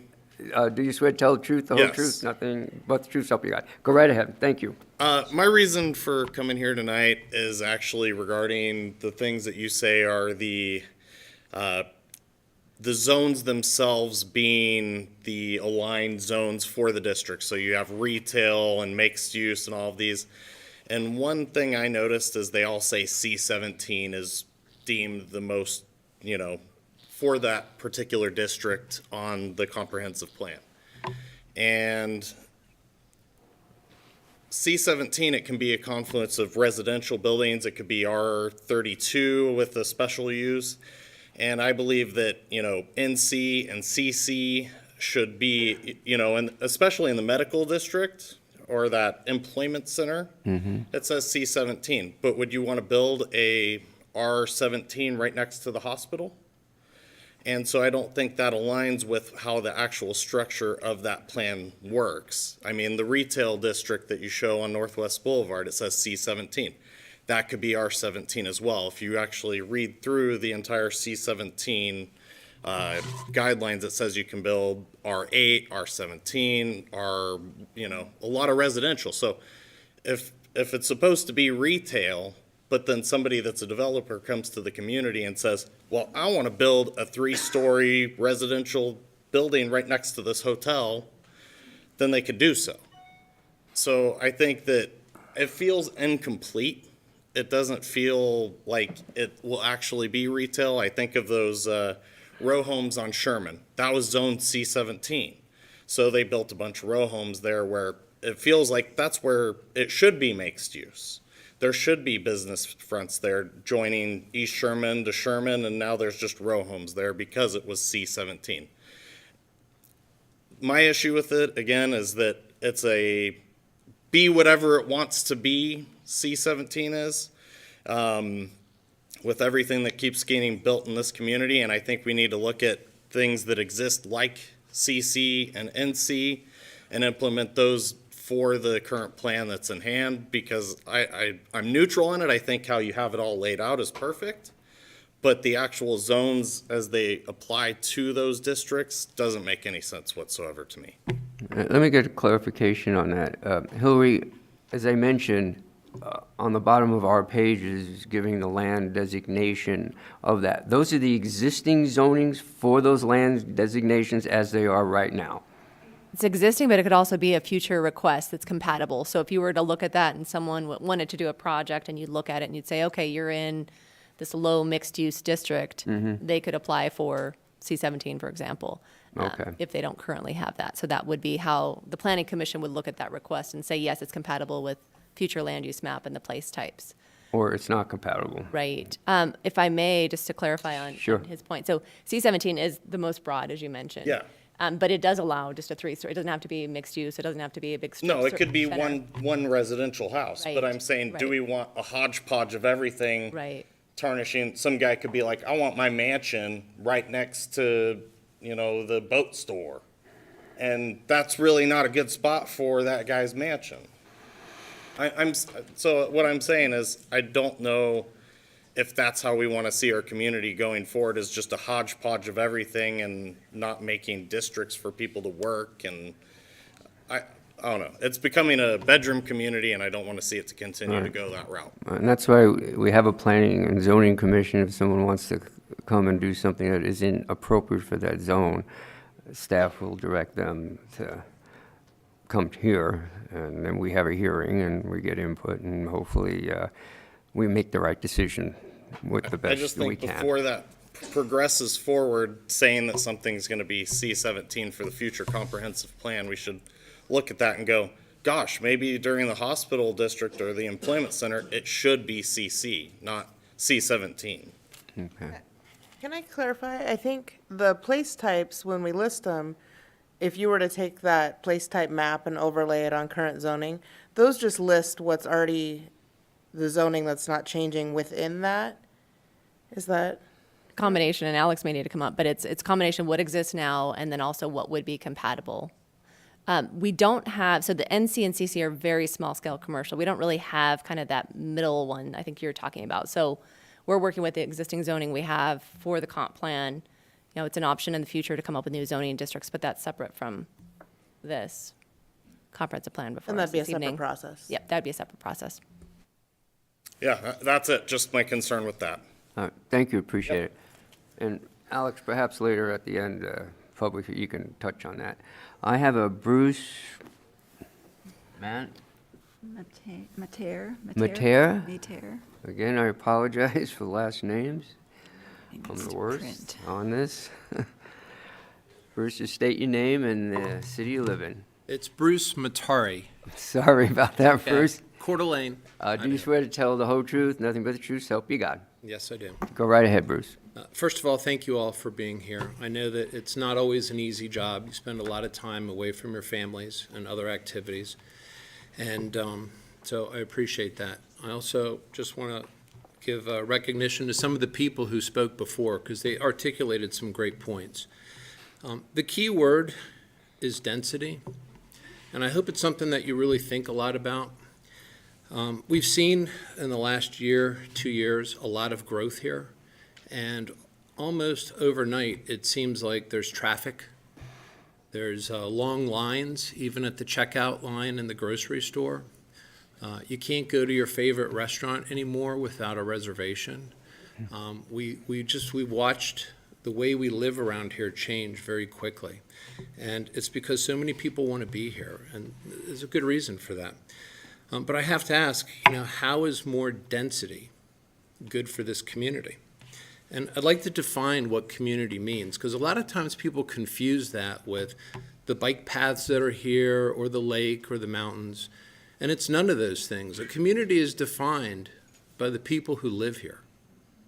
And that's it. The people who live here define this community. And so, when you change the people by adding more people, by increasing the density, by default, you're changing the community.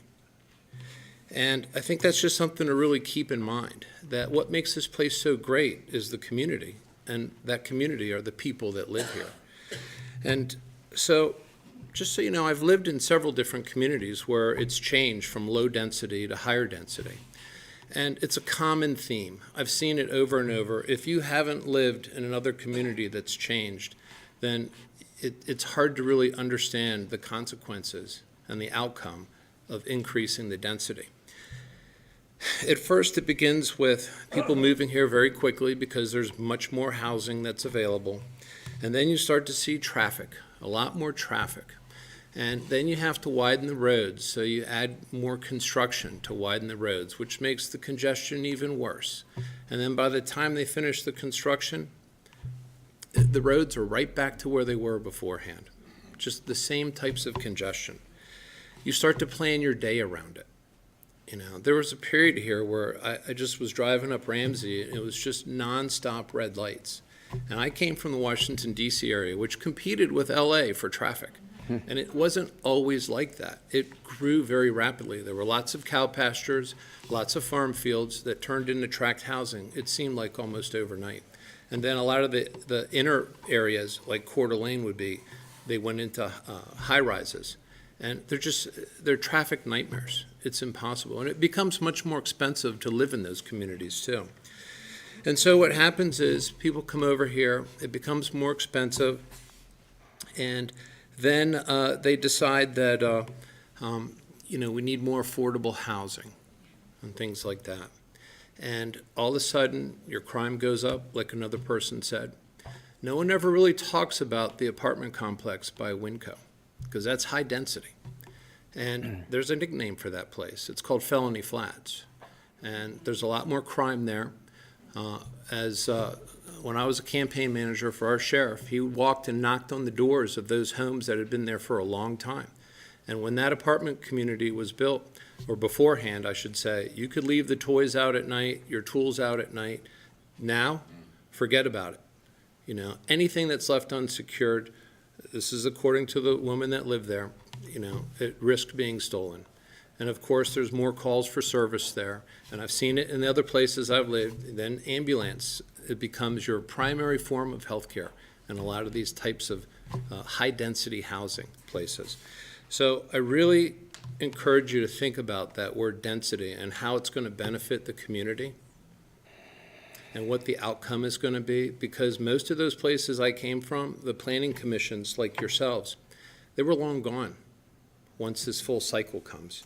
And once those communities change and the quality of life goes down, people leave. And that's why so many people leave these other communities to come here. And it just becomes a cycle. And it just happens everywhere. And you folks have an immense amount of authority to change the direction, at least, or to have some control over the future. And I really just encourage and hope that you think about that word density, and that if you can honestly say you love the community, then you shouldn't want to change the people who are here, because that's what makes this community so great. Thank you. I appreciate your time. Thank you.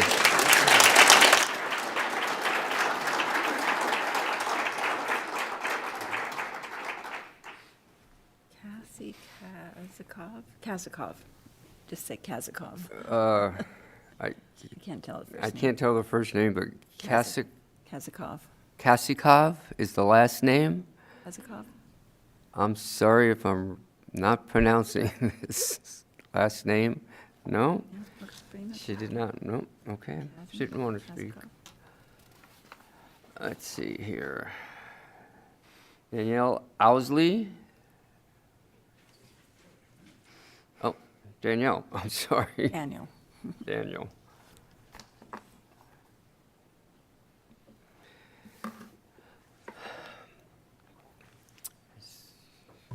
Can you just state your name and the city you live in? I'll swear you in. Daniel Owsley, Hayden, Idaho. Do you swear to tell the truth, the whole truth, nothing but the truth, so help you God? I do. You go right ahead. Thank you. My background is as an IT architect. I did work on the smart grid for nearly a decade. I work with mostly Fortune 500 class companies, so I have a bit of understanding of what is going on. But as an IT architect, I also love data. And when I look at this comprehensive plan might have been appropriate if this were 2015 or maybe 2018. With the pandemic has changed a great deal of what is occurring in this area. And it is very important that we make some very significant changes in how we are approaching this because of what is happening with the pandemic.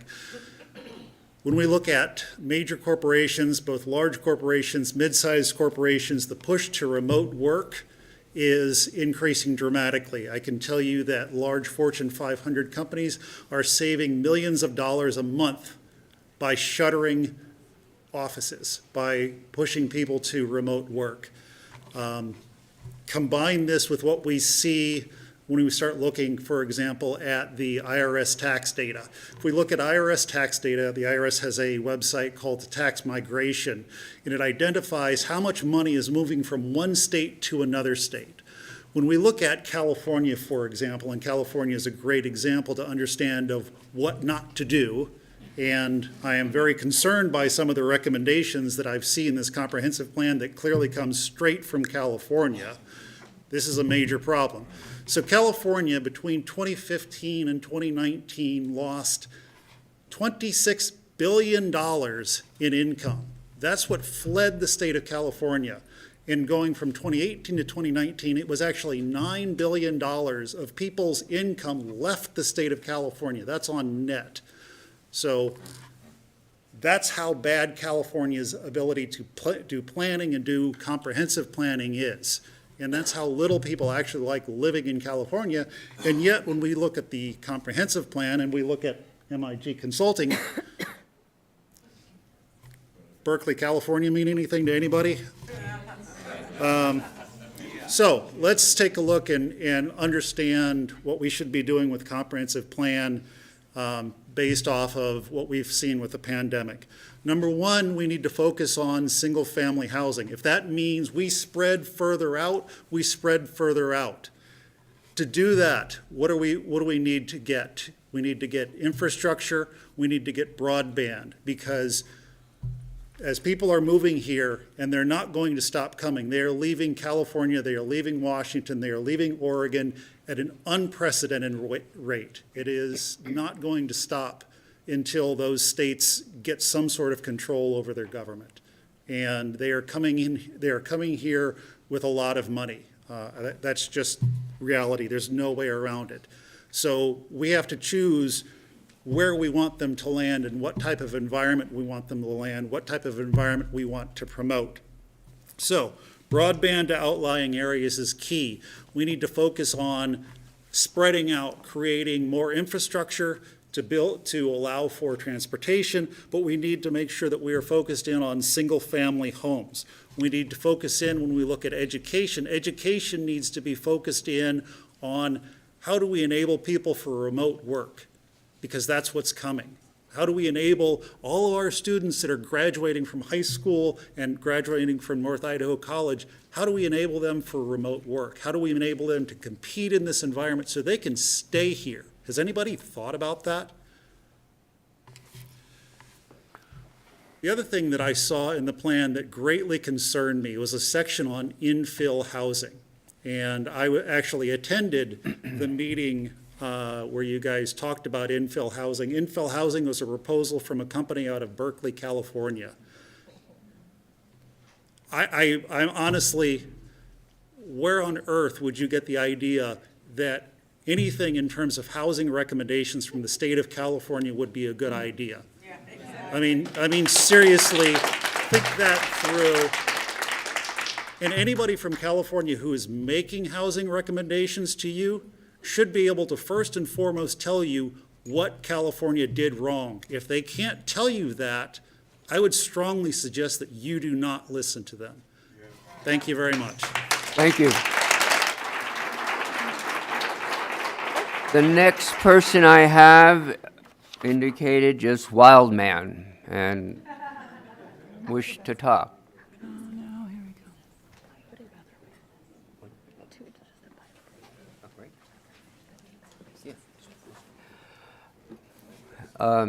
State your name and the city you live in. Wild man, Coeur D'alene. Do you swear to tell the truth, whole truth, nothing but the truth? So help you God. Well, yeah, I don't recognize your authority to swear anybody in, so.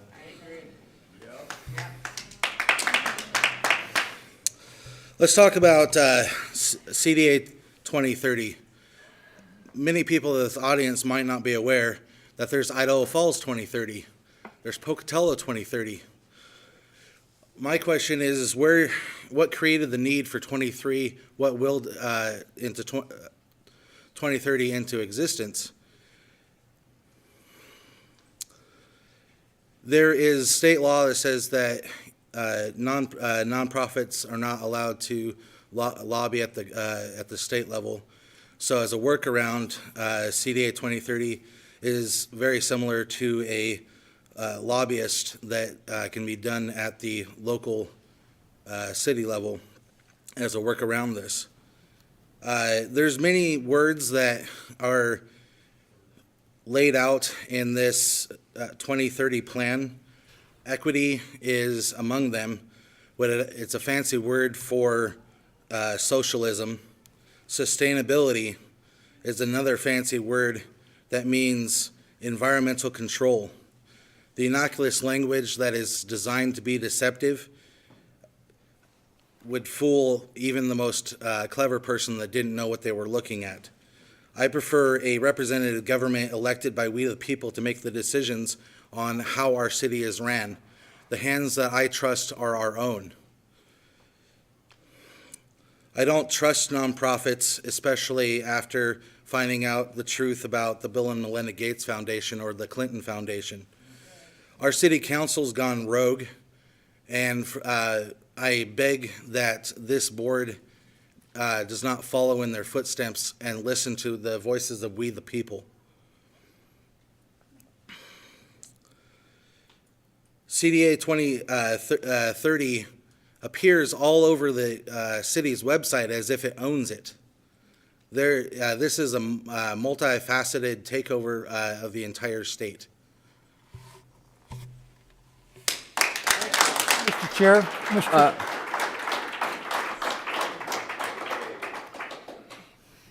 Peter, you had something to say? Well, no, wild man, I appreciate your comments. I don't have, you and some of theirs have a certain logo. What is that logo?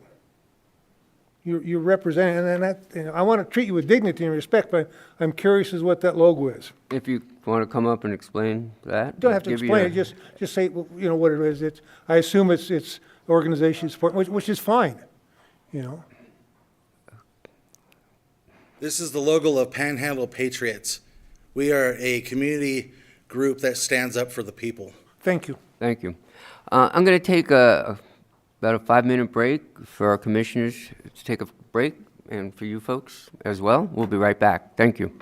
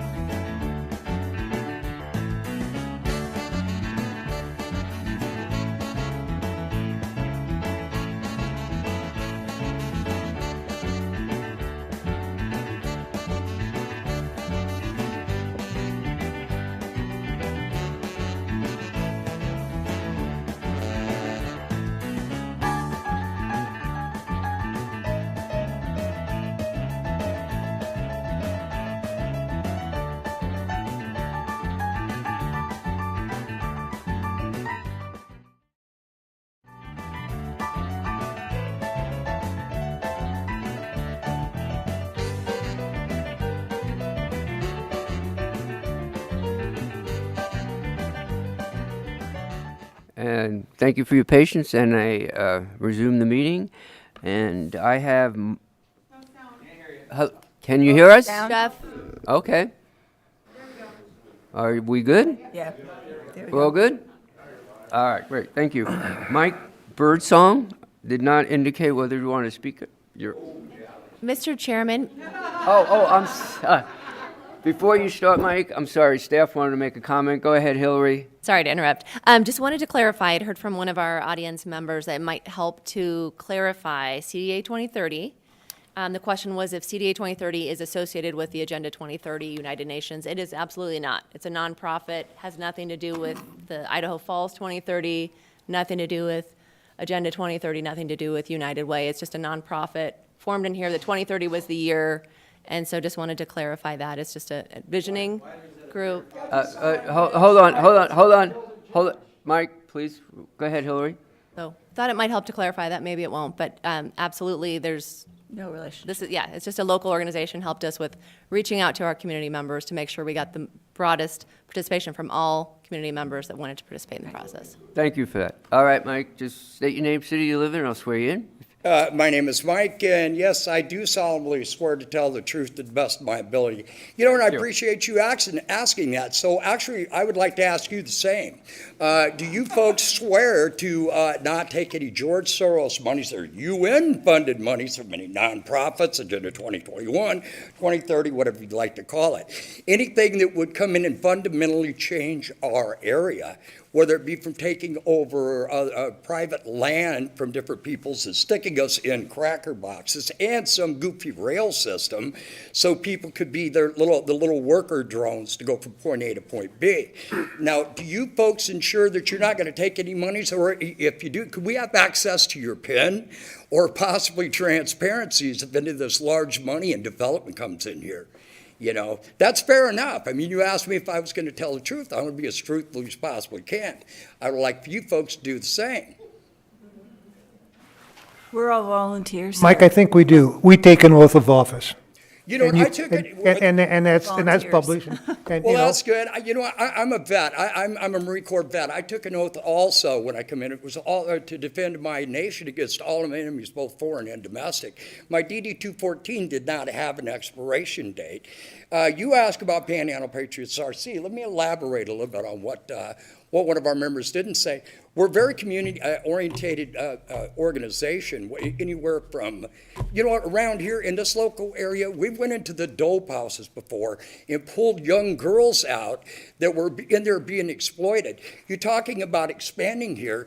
You want crime, you want more dope to come into this area, this is how you get it done. You got 100,000 people that died last year alone from drug overdoses. Where do you think that come from? The majority of it come right across that southern border. You know what? Look at all these other cities, whether it be Portland, Seattle, Oregon, or Chicago, Baltimore. Pick one. Look at the murder rate that's going on in those cities. We don't want that, and we will not tolerate that here in Idaho. There's a reason why we have influx of people coming from different states. I love the fact that they come here and they want to assimilate in to a place where they can raise their children in safety, not worry about playgrounds that have dope needles in there. We've been to those too, and we ran off the dope dealers. We stand with the community. We are the people, and you need to listen to all of us and our input on it, because your decisions can have an effect on all of us. But, you know, there's been large monies that have been going to different places in different cities. You know, money has a tendency to muddy the waters and corrupt people. So with that, I guess I'm out of here. Y'all have a good day. Thank you. Next person is Paige Bardee. Did not wish to speak? No, okay. Ron Hartman, and he does wish to speak. Come on up, Ron.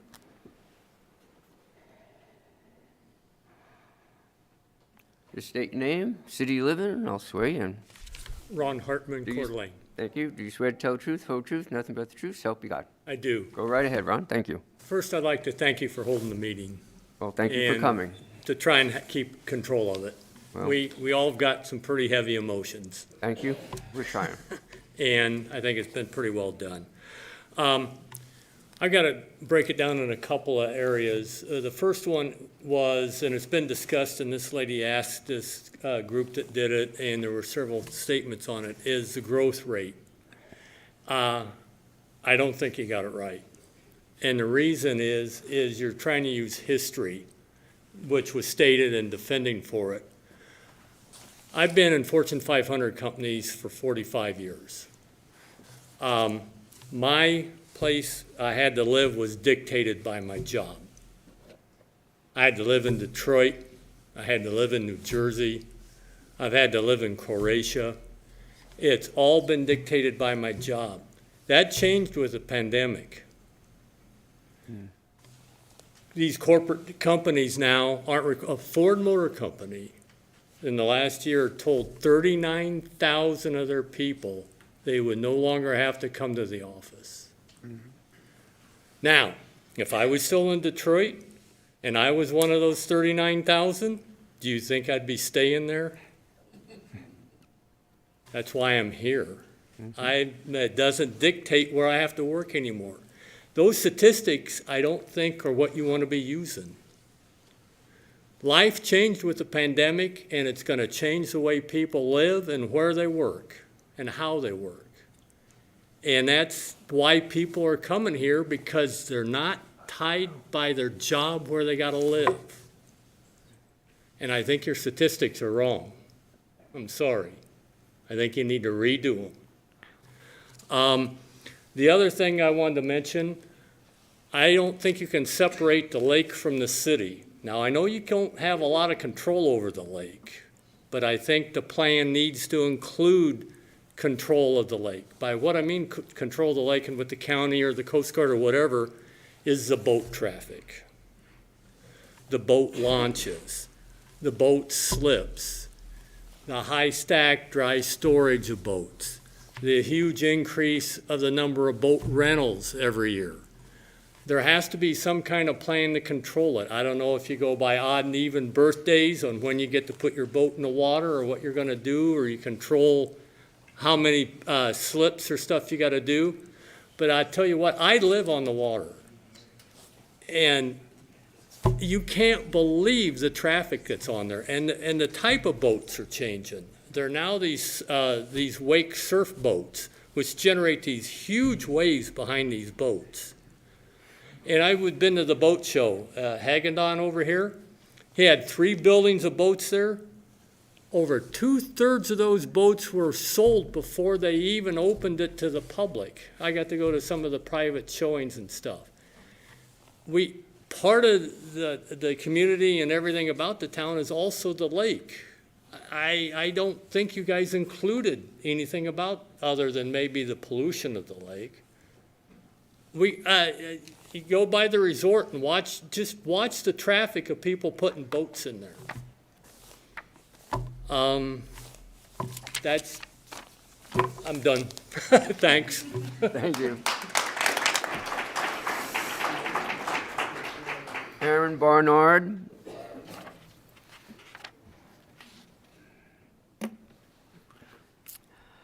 Just state your name, city you live in, and I'll swear in. Erin Coeur D'alene. Do you swear to tell the truth, the whole truth, nothing but the truth? So Yes. Go right ahead. Thank you. All right. Both the CDA 2030 and the City of Coeur d'Alene comprehensive plans started pre-COVID, and at that time, the main goal for this area was growth. That's no longer the goal. Our goal is now to minimize growth and deal with the growing pains that we have right now. Those growing pains, just by itself, will take a minimum of 5 to 10 years to deal with, but that also includes dealing with the added traffic, crime, bureaucracy, etc.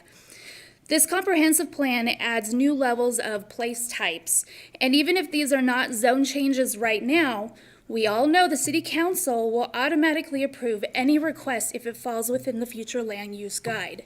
Like Mr. White had said earlier, no development is turned down. The people of this community do not want the comprehensive plan with urban development, The people do not want compact neighborhoods. They do not want mixed-use, high-density neighborhoods. Mr. Anton said it best earlier, when the people move to this area, the people that are actually making this area grow are moving away from locations that look like this plan, like Melissa's family has done, and Shanna's that I just met. What we want is to go back to the drawing board and put together a comprehensive plan to curb the growth, not expand it. Thank you. Thank you. Next person I have is Linda Putz. Linda, just state your name and the city you live in. And Linda also- Putz Hayden. Do you swear to tell the truth, the whole truth, nothing but the truth? Help you God. Yes. Thank you. Go right ahead. Okay, so I am assuming that most of you have lived here for a very, very long time, is my guess. Those of you that are on the panel that have done some of this work. Hence, you do not understand what we, who have all, I think the majority of people in this room, or that had left also, have come from California, Oregon, Washington, and we have watched what has happened to our beloved home state starting to happen here, which is why everyone's getting riled up and why everyone is coming to these meetings and trying to give their opinions. I admit, a lot of us, we've missed these meet and greets or public events, et cetera, public kickoffs. We've been fighting other battles, whether it's optional forms of government or mandates, et cetera, and we probably haven't really paid that much attention because we didn't think anything was like this was gonna come about. Now that it has, that's basically you've woken the beast. We are seeing a Trojan horse come here. It looks beautiful, it looks wonderful, but to think that this is not connected to Agenda 21 or the Great Reset or the UN is actually either naive or disingenuous, and you have to take a look at that. Your public comment is coming from the people now that are really here and aware of what's going on. Looking at the picture of the people playing games, we don't know who those people were. Were they your family and friends that you invited? I'm sure some of them were also people that came from the public. Also, I'm sure they are. But right now, you're hearing really what the public feels about what is going on. The fact that this is a living plan is scary. That's like trying to take our Constitution as a living document. In other words, it's going to be able to be changed and molded to be whatever anybody wants it to be, and that's extremely dangerous.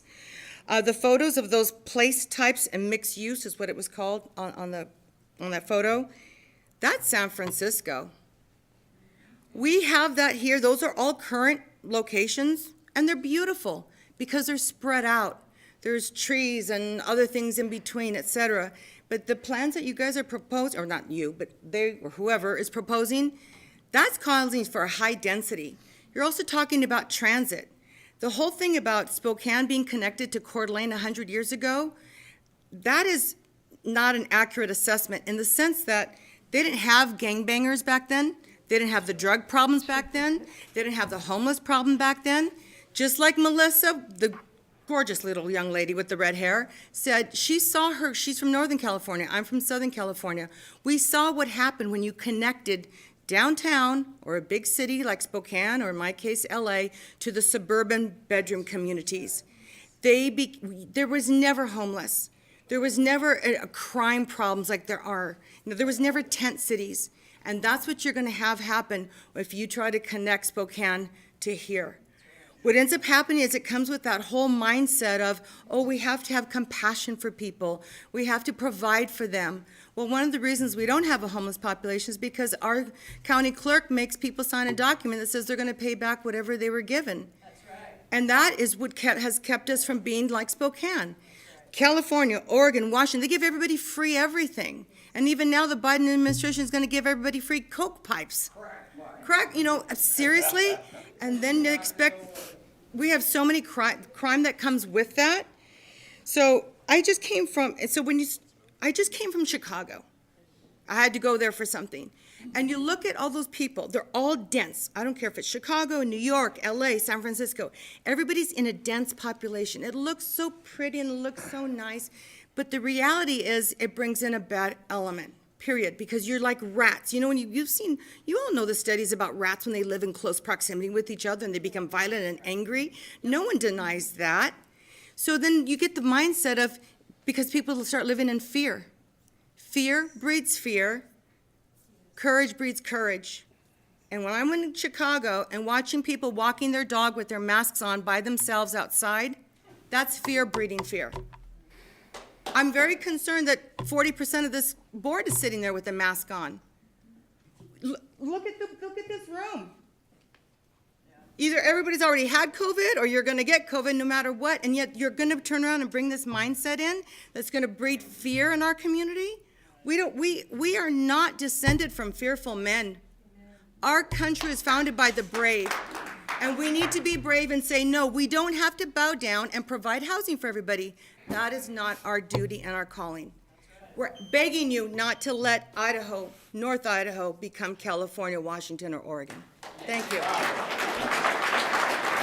The next person I have is Mark Ron. Mark Ron, if I'm reading it right? Nope, okay. No. I do not have, Mark Ron. Or Bon. Bon, Ron? Bon, Ron. Bon? I think it was you, yes, sir. You, Bon. yes, Oh, he sorry. brought it up. Bon, Ron. Just state your name and city you live in, and I'll swear you in. Yeah, I don't take oaths to private memberships. Okay, but what's your thank you. name, sir? What's your name and where do you My name live? is Mark Anthony Brew, and I've lived in Portland. I've been in Portland. I've lived in Seattle. I've lived in some pretty big places. I've also traveled this country as a travel technician for the oil and gas industry. I've been keeping an eye on these plans, these planning agendas that have keep coming to our cities, and with each one, it does breed more chaos. And when you put that high density amount of people in one area, you will get a lot more problems. It's just like a household with 2 siblings is much better to manage than a household of 12. So you get less fighting and all that kind of thing. It's the same thing. It's a psychological issue that you have when you do these high expectation plans, and it's what it's really doing is succumbing to a foreign entity to take control of American land. And because when you look at that umbrella of places that they're putting together, that means that ultimately they're going to be in legal control over that space. And yes, you may have some autonomy within that framework that they permit, but it's a permit. It's like we're told that we have the freedom to assemble, yet we have to ask permission to assemble. That doesn't make any sense. But if you know the law and you know how law is written, it makes perfect sense. So you got to look at this plan on a much higher level, which is law and syntax, and look into international law, and look on a chart of where international law is, where local law is, and where the UN lies. They're at the bottom of the rung when it comes to authority, and yet they're pushing their agenda here in America. And we do have proof that our public offices are UN controlled. We have legal proof that our offices are UN controlled, which means that basically we're talking to a foreign body, and you are taking an oath to a foreign body. So you really need to take a look at the law. I would suggest starting with the law of nations, which governs 209 countries, and understand international law. I'm done. Thanks. Thank you. You want to come on up and speak? Just tell me your name and the city you live in. I'll swear you in, and I'll write your name down. I may have gotten here a little bit later than. It's okay. Just what's your name? My name's Austin. I live in Rathdrum. Do you swear to tell the whole truth, nothing but the truth, so help you God? I'm not sure what I'm swearing to there, but I do tell the truth. Sure. Go right ahead. First of all, I'd like to admonish the committee here, the board here, to not take offense to what has been said here tonight. because this is your community right here. And I think they're speaking because they don't want to lose what they've got here. And we like what we've got here. And I'm not sure where Hillary and Randy reside, or these two gentlemen that I seen speak earlier. But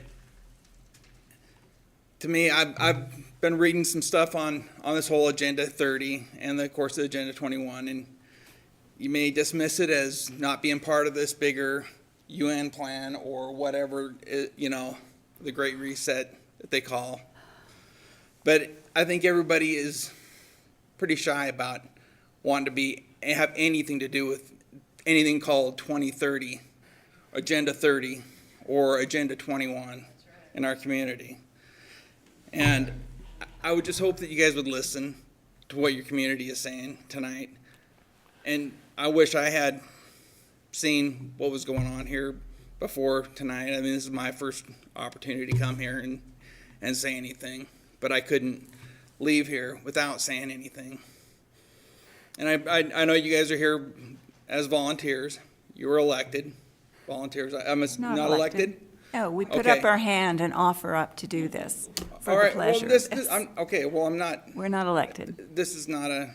We come with a lot of Don't take expertise. offense to what I'm saying. I'm just saying you guys are here as volunteers. Yes. And we definitely appreciate that, because I know it does take time. And we're not political either.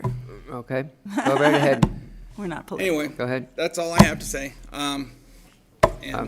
Thank you, Okay. appreciate your time. So glad you could come from Rathdrum. Is anyone else, come on up, He's okay. I know. state your name, city you live. Do you swear to tell the truth, the whole truth, nothing but the truth, so help you God? I do. Go right ahead. It's been a fascinating meeting. A couple of wise things I think have been said here. Pete, I think you said something very wise in the beginning, saying that this is about the city of Coeur d'Alene. And I've heard a lot of worldwide views and philosophies, and I'll probably offer some of my own, but I wasn't going to speak tonight because I haven't read the plan. I help with some of your committees. I help with 2030, which was started in about 2010, and was going to be a 20-year plan, so that would have taken it to 2030. That's where it got its name. Just the microphone? Yeah, you just gotta face the microphone or the word. Okay. They don't hear you. Thank you. You're welcome.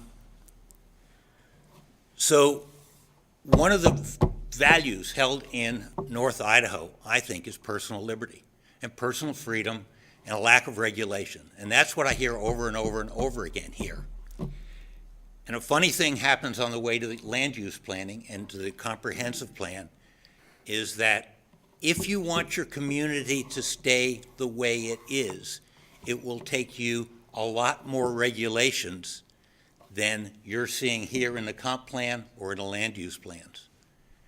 Many of the projects that come before you that do not get turned down that we're hearing now are abysmal and terrible are guaranteed by the state legislature in an effort to protect personal property rights. And so this part of the government, the city council, they're limited by the state legislature. So before you get to the UN, stop by the state legislature and tell them you want to get rid of regulations. I think they'd agree with you. Okay? But the regulations, if you don't have regulations, then the farmers, oh, wait a minute, they already sold their land, didn't they? Because they could make more money. And they didn't do what you wanted to do, which was keep the land for grazing. So you have to think about the framework that you all are working with. I think the second point that I want to make is that one gentleman spoke, and I think he has a very valid point, is that now that there is sort of a finished product, and you're having public meeting now and a public meeting on the 15th, maybe that is not enough time to allow people to read it. But I haven't heard anybody, I've heard very few people in this room reference this plan that's been online. I've heard a lot of reference to great philosophies and belief systems, but nothing about local government. Things don't happen don't happen fast in local government. This plan evolved from 2030.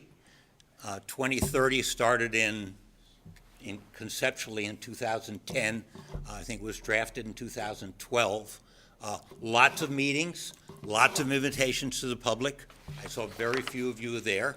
I had just moved in the area, and I'm interested in this kind of stuff, so I did go and volunteer to help with 2030. One of the first demands of all the community members at 2030 is we want to keep the small town feel. That's the first demand when this group started working. We want to keep the small town feel. But you all weren't there to tell this group how to do that. And if you want a challenge, try to positively build something that you want instead of coming and criticizing. So with that said, I'm supporting you in your efforts to make this plan. I would ask you to find a way to give the community more time to look at the finished plan.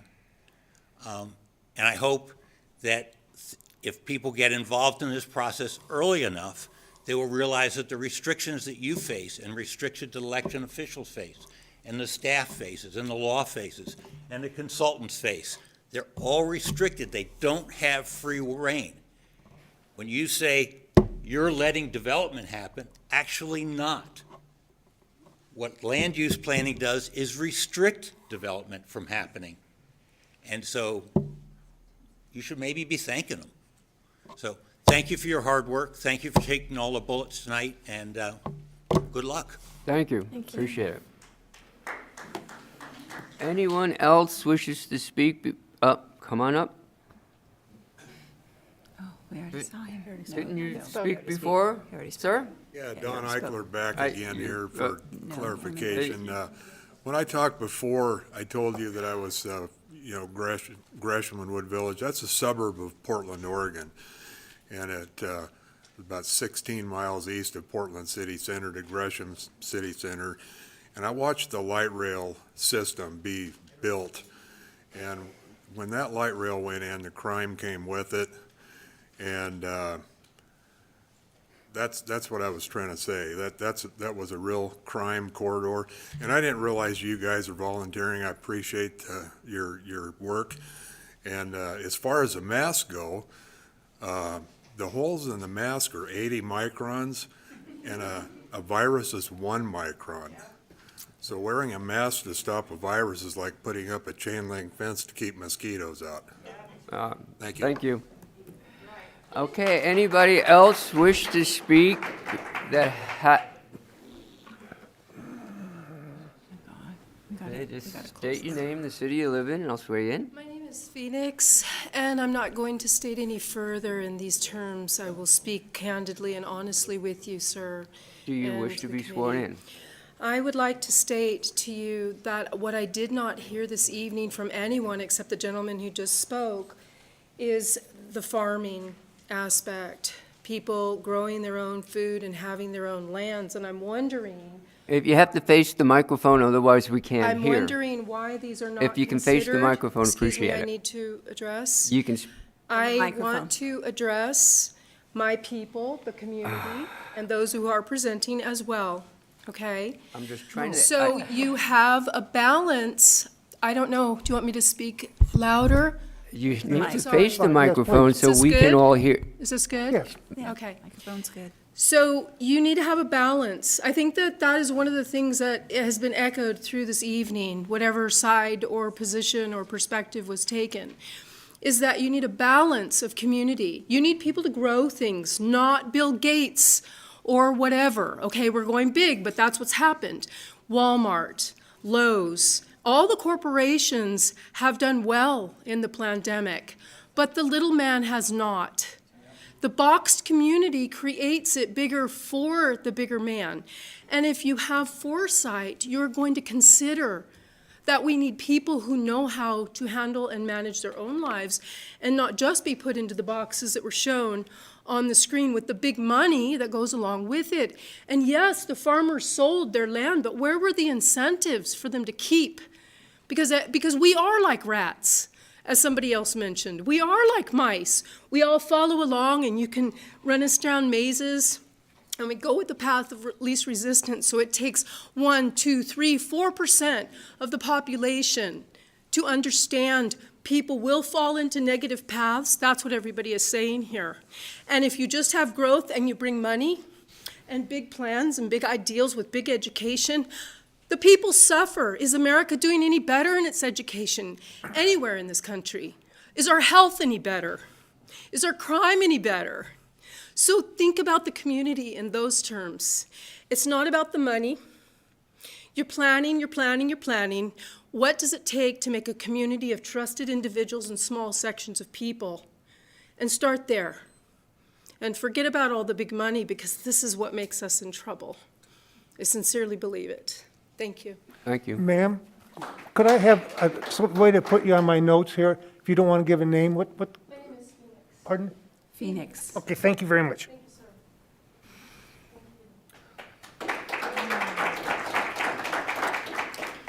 Oh, you wish to speak? You done? I can't hear you. Just, Mike. State My your name is name. Karen. I live in Coeur d'Alene, and yeah, Eastwood. I'll abide by, I tell my whole truth. So Okay, go right ahead. Here's my question to the city planners. I'm new.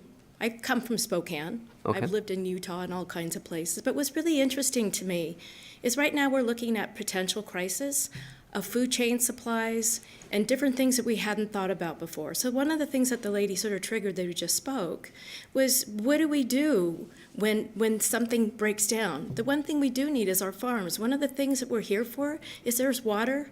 People can grow. We here can be self-sustaining, and that's actually really key. I think that's important for the community to think about. And the other thing is the supply chains from China are breaking down. What kind of industry could we do that could make a substantial, beautiful difference in Coeur d'Alene that will actually make sure that our country, our community, is going to be safe and prosperous during some potentially really downturning times? And I think those are things that if I were to look at what you could attract is what isn't going to become. We don't want to buy things from places that are going to get shut down. What could we do to make this community so much more prosperous, self-sustaining, and thrive when the rest of the planet and stuff are going to be suffering? We're in a little bowl that is so beautiful and so magnificent. And I think we need to think in some ways a bit bigger. Because of the pandemic and because of the food chain crisis, because of the other supply chain crisis, what can we do? And you have a lot of really smart scientists and innovators around here that can actually create some over-unity devices and things that normally get shut down. It's amazing what's here. So I'm just going to throw that out as a way of planning for the future, just in case things get a little worse, which I think they just might. Thank you. Okay, anyone else wish to address us? Just state your name, city you live in, and I'll swear you in. Good evening. My name is Jeanette Laster, and I live in the city of Coeur d'Alene. Do you swear to tell the truth, whole truth, nothing but the truth, so help you God? I do. Go right ahead. Thank you. I just wanted to come up. I've listened to a lot of public comment today. I have both served on the outside and the inside of this process as a community member and as a nonprofit leader in the community who also serves on several other boards and works with the homeless population in our community. And I'm really concerned about the message about what was said here about that we don't have a homeless population because we have multiple organizations. Excuse me, losing my voice. I know that most of that is in reference to larger populations where people might be on the street, but we have over 400 students in the Coeur d'Alene Public School District right now considered homeless and receiving services. That's a huge amount of families that are couch surfing or living in their cars or getting assistance. And that's an important factor to understand as we put forth this plan and how we provide affordable housing for those families. Most of those are in the ALICE population, asset limited, income constrained, and employed. They're one step away from being in a poverty situation. So I just wanted to clarify that note, that that's very important. It doesn't necessarily mean that you're camped in a tent on the street. And then those could be veterans. There's women from domestic abuse. We have great nonprofits here that work to support and uplift these families, and school services that help with that. So I want to commend that also. I also want to thank you for being here. You have received a lot of public input, not all of it great, but it's important for us to go through this process. One woman had mentioned the Constitution not being a living document. That's actually not correct. Am I correct? No, you are wrong. So, The Constitution is not a living document. so what I'm understanding is that it's flexible, and because it can be changed and amended, that it's. I'd appreciate if you did not overspeak. Oh, I'm sorry. Try to So my overspeak point- the other my point- person. my Ma'am, ma'am, wait, just hold on for a I asked the question second. of the deputy city attorney. My point in saying that is that this process of government that we're experiencing tonight is very important. Thank you. And that was my point. So I appreciate that you are here. I also want to thank CDA 2030 and CDA Envision team members that worked very hard. There were thousands of hours, thousands, literally, sometimes 2-3 meetings with other community partners like the tribe and city councils and nonprofit groups that put in timeless hours to create these documents and participated in that public process. And lots of community members that participated at street fairs and these open forums that occurred. So to all of those community members that stepped up, I appreciate that too, and just wanted to recognize that. And then my final statement is around transportation. We have a need for public transportation here. We do not have enough. And it's not so much that we want to bring the crime in, as it is we want to provide access for our workers who don't have cars to go to their jobs. And so I feel like that is an important aspect of the plan as well that we need to consider. So that's all I had. And I really think this gentleman's comments right here, because he said all the other things I wanted to say. Thank you very much. Appreciate it. Come on up. Just state your name, city you live in, and I'll swear you in. Will do, thank you. I'm Teresa Borenpool, and I live in Post Falls. You swear to tell the truth, whole truth, nothing but the truth, so help you God. I do, thank you so Go much. right ahead. Thank you. Yes. So want to start my comments by telling you all thank you for the incredible work you've done. It is textbook. I have a doctorate of education, I have a master's of public administration, and I have a degree of economics. And I can tell you that every single thing I've learned about engaging community members was done for this process. I'm so impressed by gathering our community members in community buildings like our schools. I really appreciate the engagement that was done with our community groups that are on the ground. For example, United Way, they do such incredible work around childcare. St. Vincent de Paul actually helped my mother out of poverty and her family in the 1960s in Detroit, and I'm so grateful that we have St. Vincent de Paul here to help take care of our community in ways that are so very important to the visioning of our future.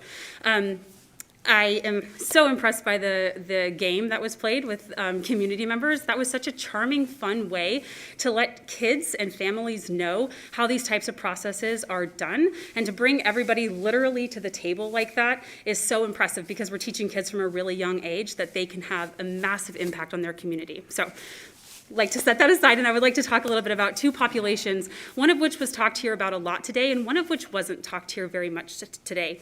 And one of those populations is our homeless population. I was actually listening to this meeting online because, once again, you did a stellar job of bringing people into this conversation and making it so that I could access this from home. And when I heard somebody say, what population of homeless people here in North Idaho, my heart sunk. I have this habit that my husband hates. I pick up homeless people. I take hitchhikers to warming shelters, because I have a family member who's very close to me who, if you looked at him, you might be scared of him. He struggles with mental health issues, and there's many times where he doesn't have a home. And I want people to treat him with kindness as a person that I love. So I make sure to engage our homeless population as I can with that same level of kindness I want him to experience in his community. So the fact that you considered our homeless population when developing this plan is really, really important to me. And I think that perhaps if people in our community haven't seen our homeless population, it's because we're not that different. You know, so many people move to North Idaho because they want to live in a space where they are in the mountains and amongst the trees and by the river and by the lake. Our homeless population isn't here to display themselves for you. They are members of our community who desperately need to be recognized and have opportunities. It doesn't mean that they're going to take them, and it doesn't mean that they are less than. Thank you all so much for considering them. The other type of individual I would like to talk about that lives here in North Idaho is our individuals who have grown and they're born and raised here in North Idaho. So much of what we're able to speak about is our lived experiences because it's all we know, right? If we don't expose ourselves to different experiences, then how could we ever speak to them? And I work a lot with college students, watching students and helping students transition from high school into trade school, into college, into career choices. And one thing that's really sad for me in working with this population is that they hit a brick wall when they graduate high school. If you graduate from Post Falls High School or Lakeland High School or Coeur d'Alene High School, Lake City High School, you can't get your foot in the housing market. And what gets lost is not necessarily just the trees and the mountains that you've come to grow and love. What gets lost is stopping by your grandmother's house for lunch to have, you know, a conversation on a Tuesday, or letting your kids grow up in the same playground where you made pacts with your friends as a kid. Those are the tangible things that get lost when people that grew up in this community can no longer live here. Do I want high-density housing? Certainly wasn't why I moved to North Idaho. I love that we have access to public lands and we have places to spread our wings. But those graduates from our high schools, they need the ability to get a foothold in our housing market so that they can live here, because they don't need to be kicked out by people that are complaining about traffic, right? They lived here first. And so, unfortunately, you don't get to buy a single-family home to get into the housing market, to then move into a larger home, to then move into your acreage.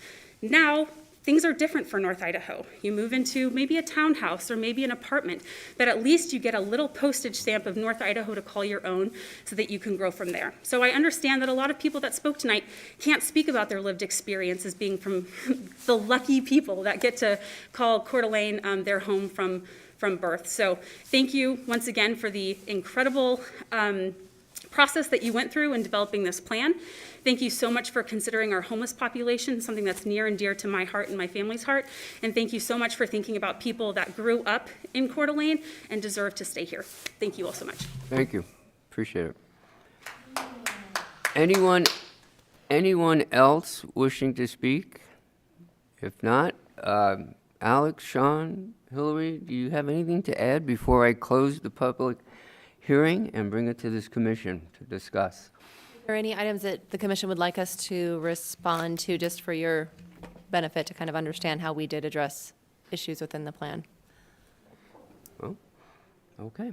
I'm closing this public hearing and going to bring this to the commission for a discussion, and then we'll have a simple vote on it. So who would like to start? Anyone? I'll start. I heard a lot of stuff tonight, some pertaining to the comprehensive plan, some not pertaining to the comprehensive plan, some pertaining to the city of Coeur d'Alene, some not pertaining to the city of Coeur d'Alene, and we're here to talk about the city of Coeur d'Alene. We have done this plan, we worked on this plan for a very long time. I've heard that people are just hearing about it now. I don't know how that would even come about when we started, and it's been on the city's website since day one. There's been so many meetings that you could have attended and continued to come to any of the workshops that we had. I've been on most of the committees and been to every meeting. on this. I'm very comfortable with this plan because it's a vision. It's not set in stone. It's something that's going to work as we grow. Staff has put in a tremendous amount of hours, taken input from our community, and that's how this plan that you see in front of us came about. It is a working plan. It's not set in stone. Anyone else have some comments to make, please? I do.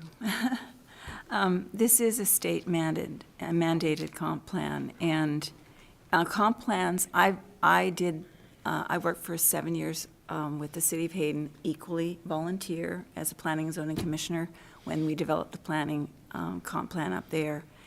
I joined planning and zoning in Hayden so I could get curbs and gutters and a sidewalk, so I didn't have to see mothers push their pram beside cars. And we got them. Hayden is a destination now that it was never when I was there, when I first lived here. So I joined Coeur d'Alene. It's a different city. This city has very little raw dirt. It has a lot of existing structures, dilapidated mobile homes that are on their last legs and that is our affordable housing in this city. And I respect those people because that is all they can afford, and they deserve to live in this community just as much as anyone else who just moved from California, Oregon, or Washington. Those are the people we fight for, is everyone in this city. And I am a supporter of rapid transit and transit to move the disabled, the epileptics who can't drive, the elderly who won't be able to drive. There are many populations in this city that are all different, and we cannot expect that they're all going to live in a single-family dwelling. The comprehensive plan is a living document. It needs the agility to evolve and adapt, to react and solve problems going forward. The guidelines outline the fences. This is not rigid goalposts. Nothing in this document tells the city or the developer or the landowner what they have to do. We wait for them to come to us.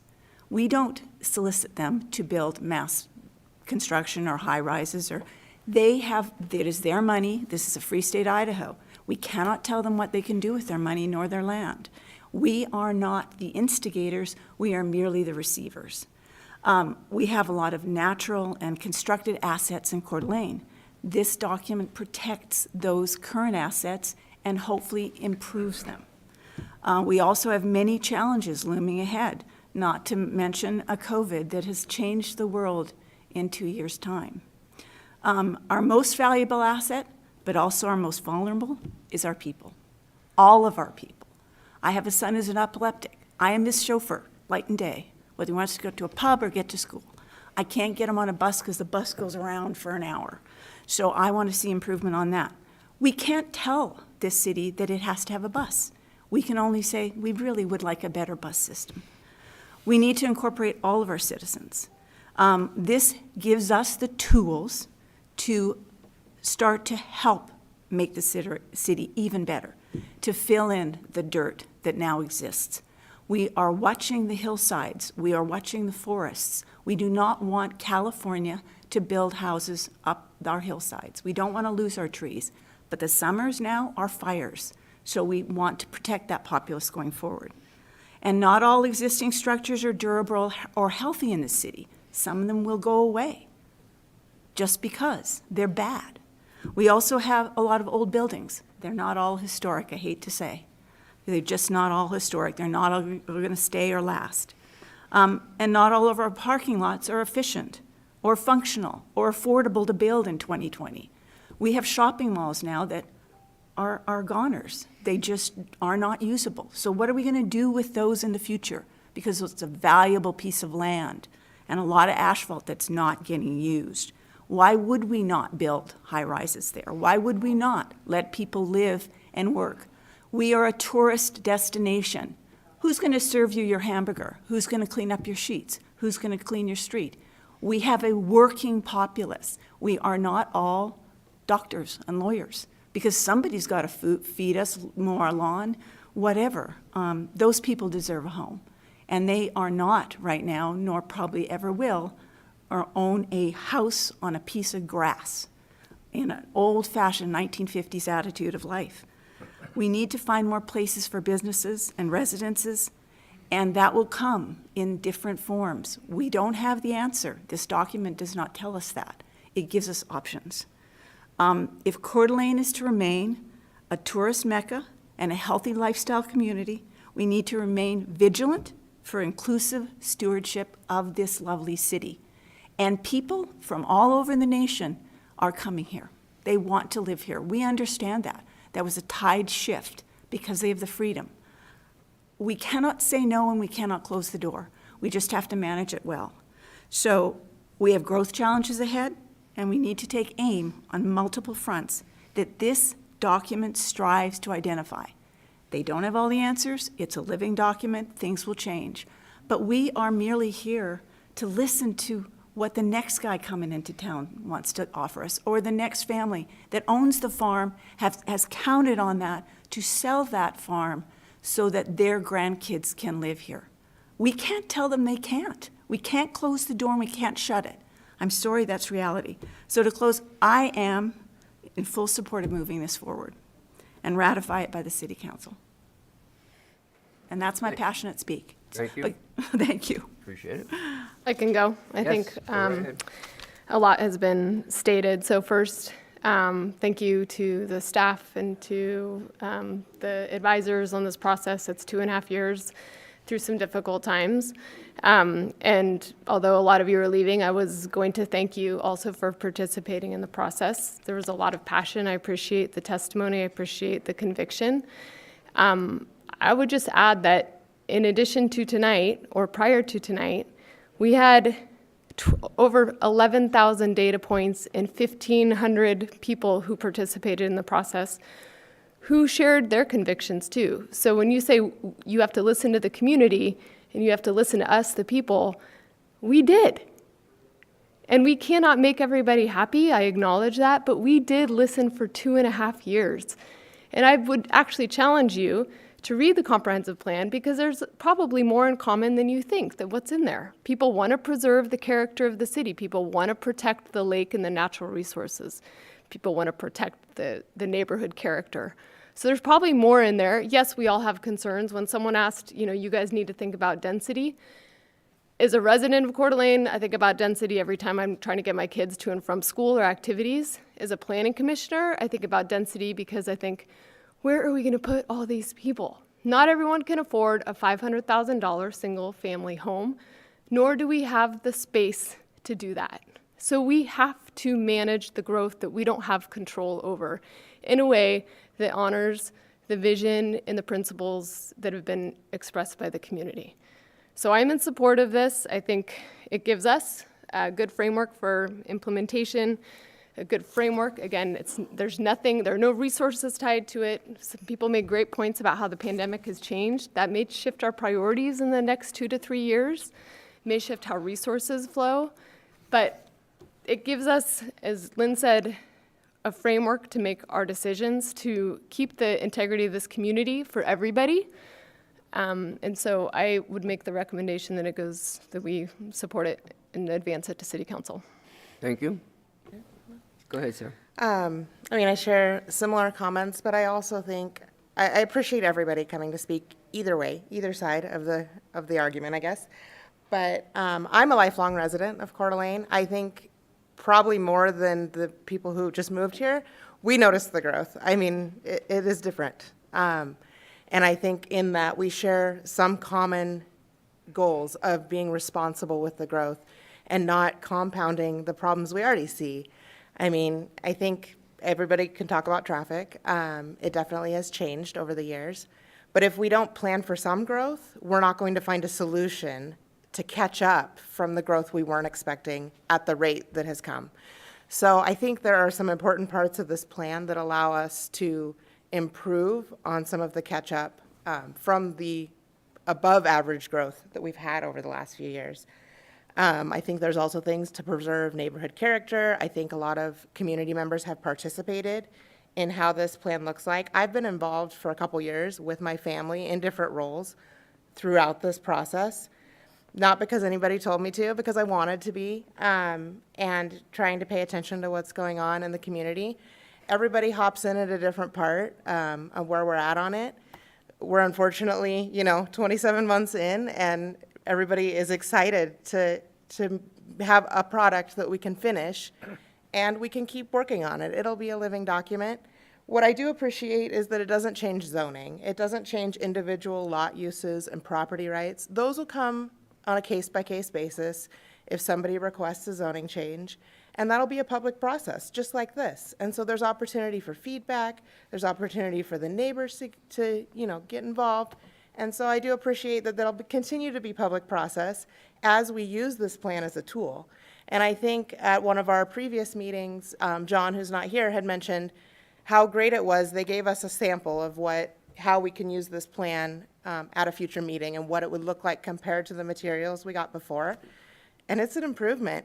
It helps us really identify some of the requirements that we're required to do by the state and how we can apply them. So I think this is an improvement upon what we have as a tool. The implementation plan, the appendix here, I'm very familiar with it. It's very tedious. I think there's been a lot of community hours trying to wordsmith this and get it as good as we can. But I think that's an element that was missing from the plan before. And so the current plan that we have in place for the comp plan doesn't actually have detailed steps on how we're going to do this. And this does. They're not, final, and they have timelines. So some might be 20 years out, and we can work on them as the need arises. But I think it's a better place than we are now with our current plan. So I'm excited to step that forward and then also involve the public and invite the public to come as we get to use it and give us feedback and tell us, as project by project comes up, how you guys think it should be, because the feedback is important. A lot of times previously, probably these meetings weren't well attended. And so I just encourage people to continue to be involved in the regular process, and I'm supportive of getting a plan in place that's an improvement upon the plan we have now. So. Thank you. Appreciate your comments. Peter? Mr. Chair, as you know, I usually like to talk first because I'm so smart and have all these ideas, and we don't meet other than up here. And I think I'm going to change my position. I'm going to wait, because everything fellow commissioners mentioned was on my list, only they're more articulate. My big note here was the process. Did we get the community involved? Yes, we did. Other notes down here was lake, open space, proximity principle, connectivity, and so. But everybody speaking before me was much more articulate, and I just totally support that. And towards the last, encourage people to attend the next meeting and our planning and zoning meetings and see what it is that we do. You might learn something to take to Post Falls if you want to. We try to do our best based on our experience, our judgment, and our life. Some of us were born here. Some of us were raised here. Some of us were raised here till we went to college, did something else, came back. So we all have some connectivity with not only Coeur d'Alene, but other places. And I did know where Gresham is. So there you go. Thank you very much. And I echo everything all my fellow commissioners said.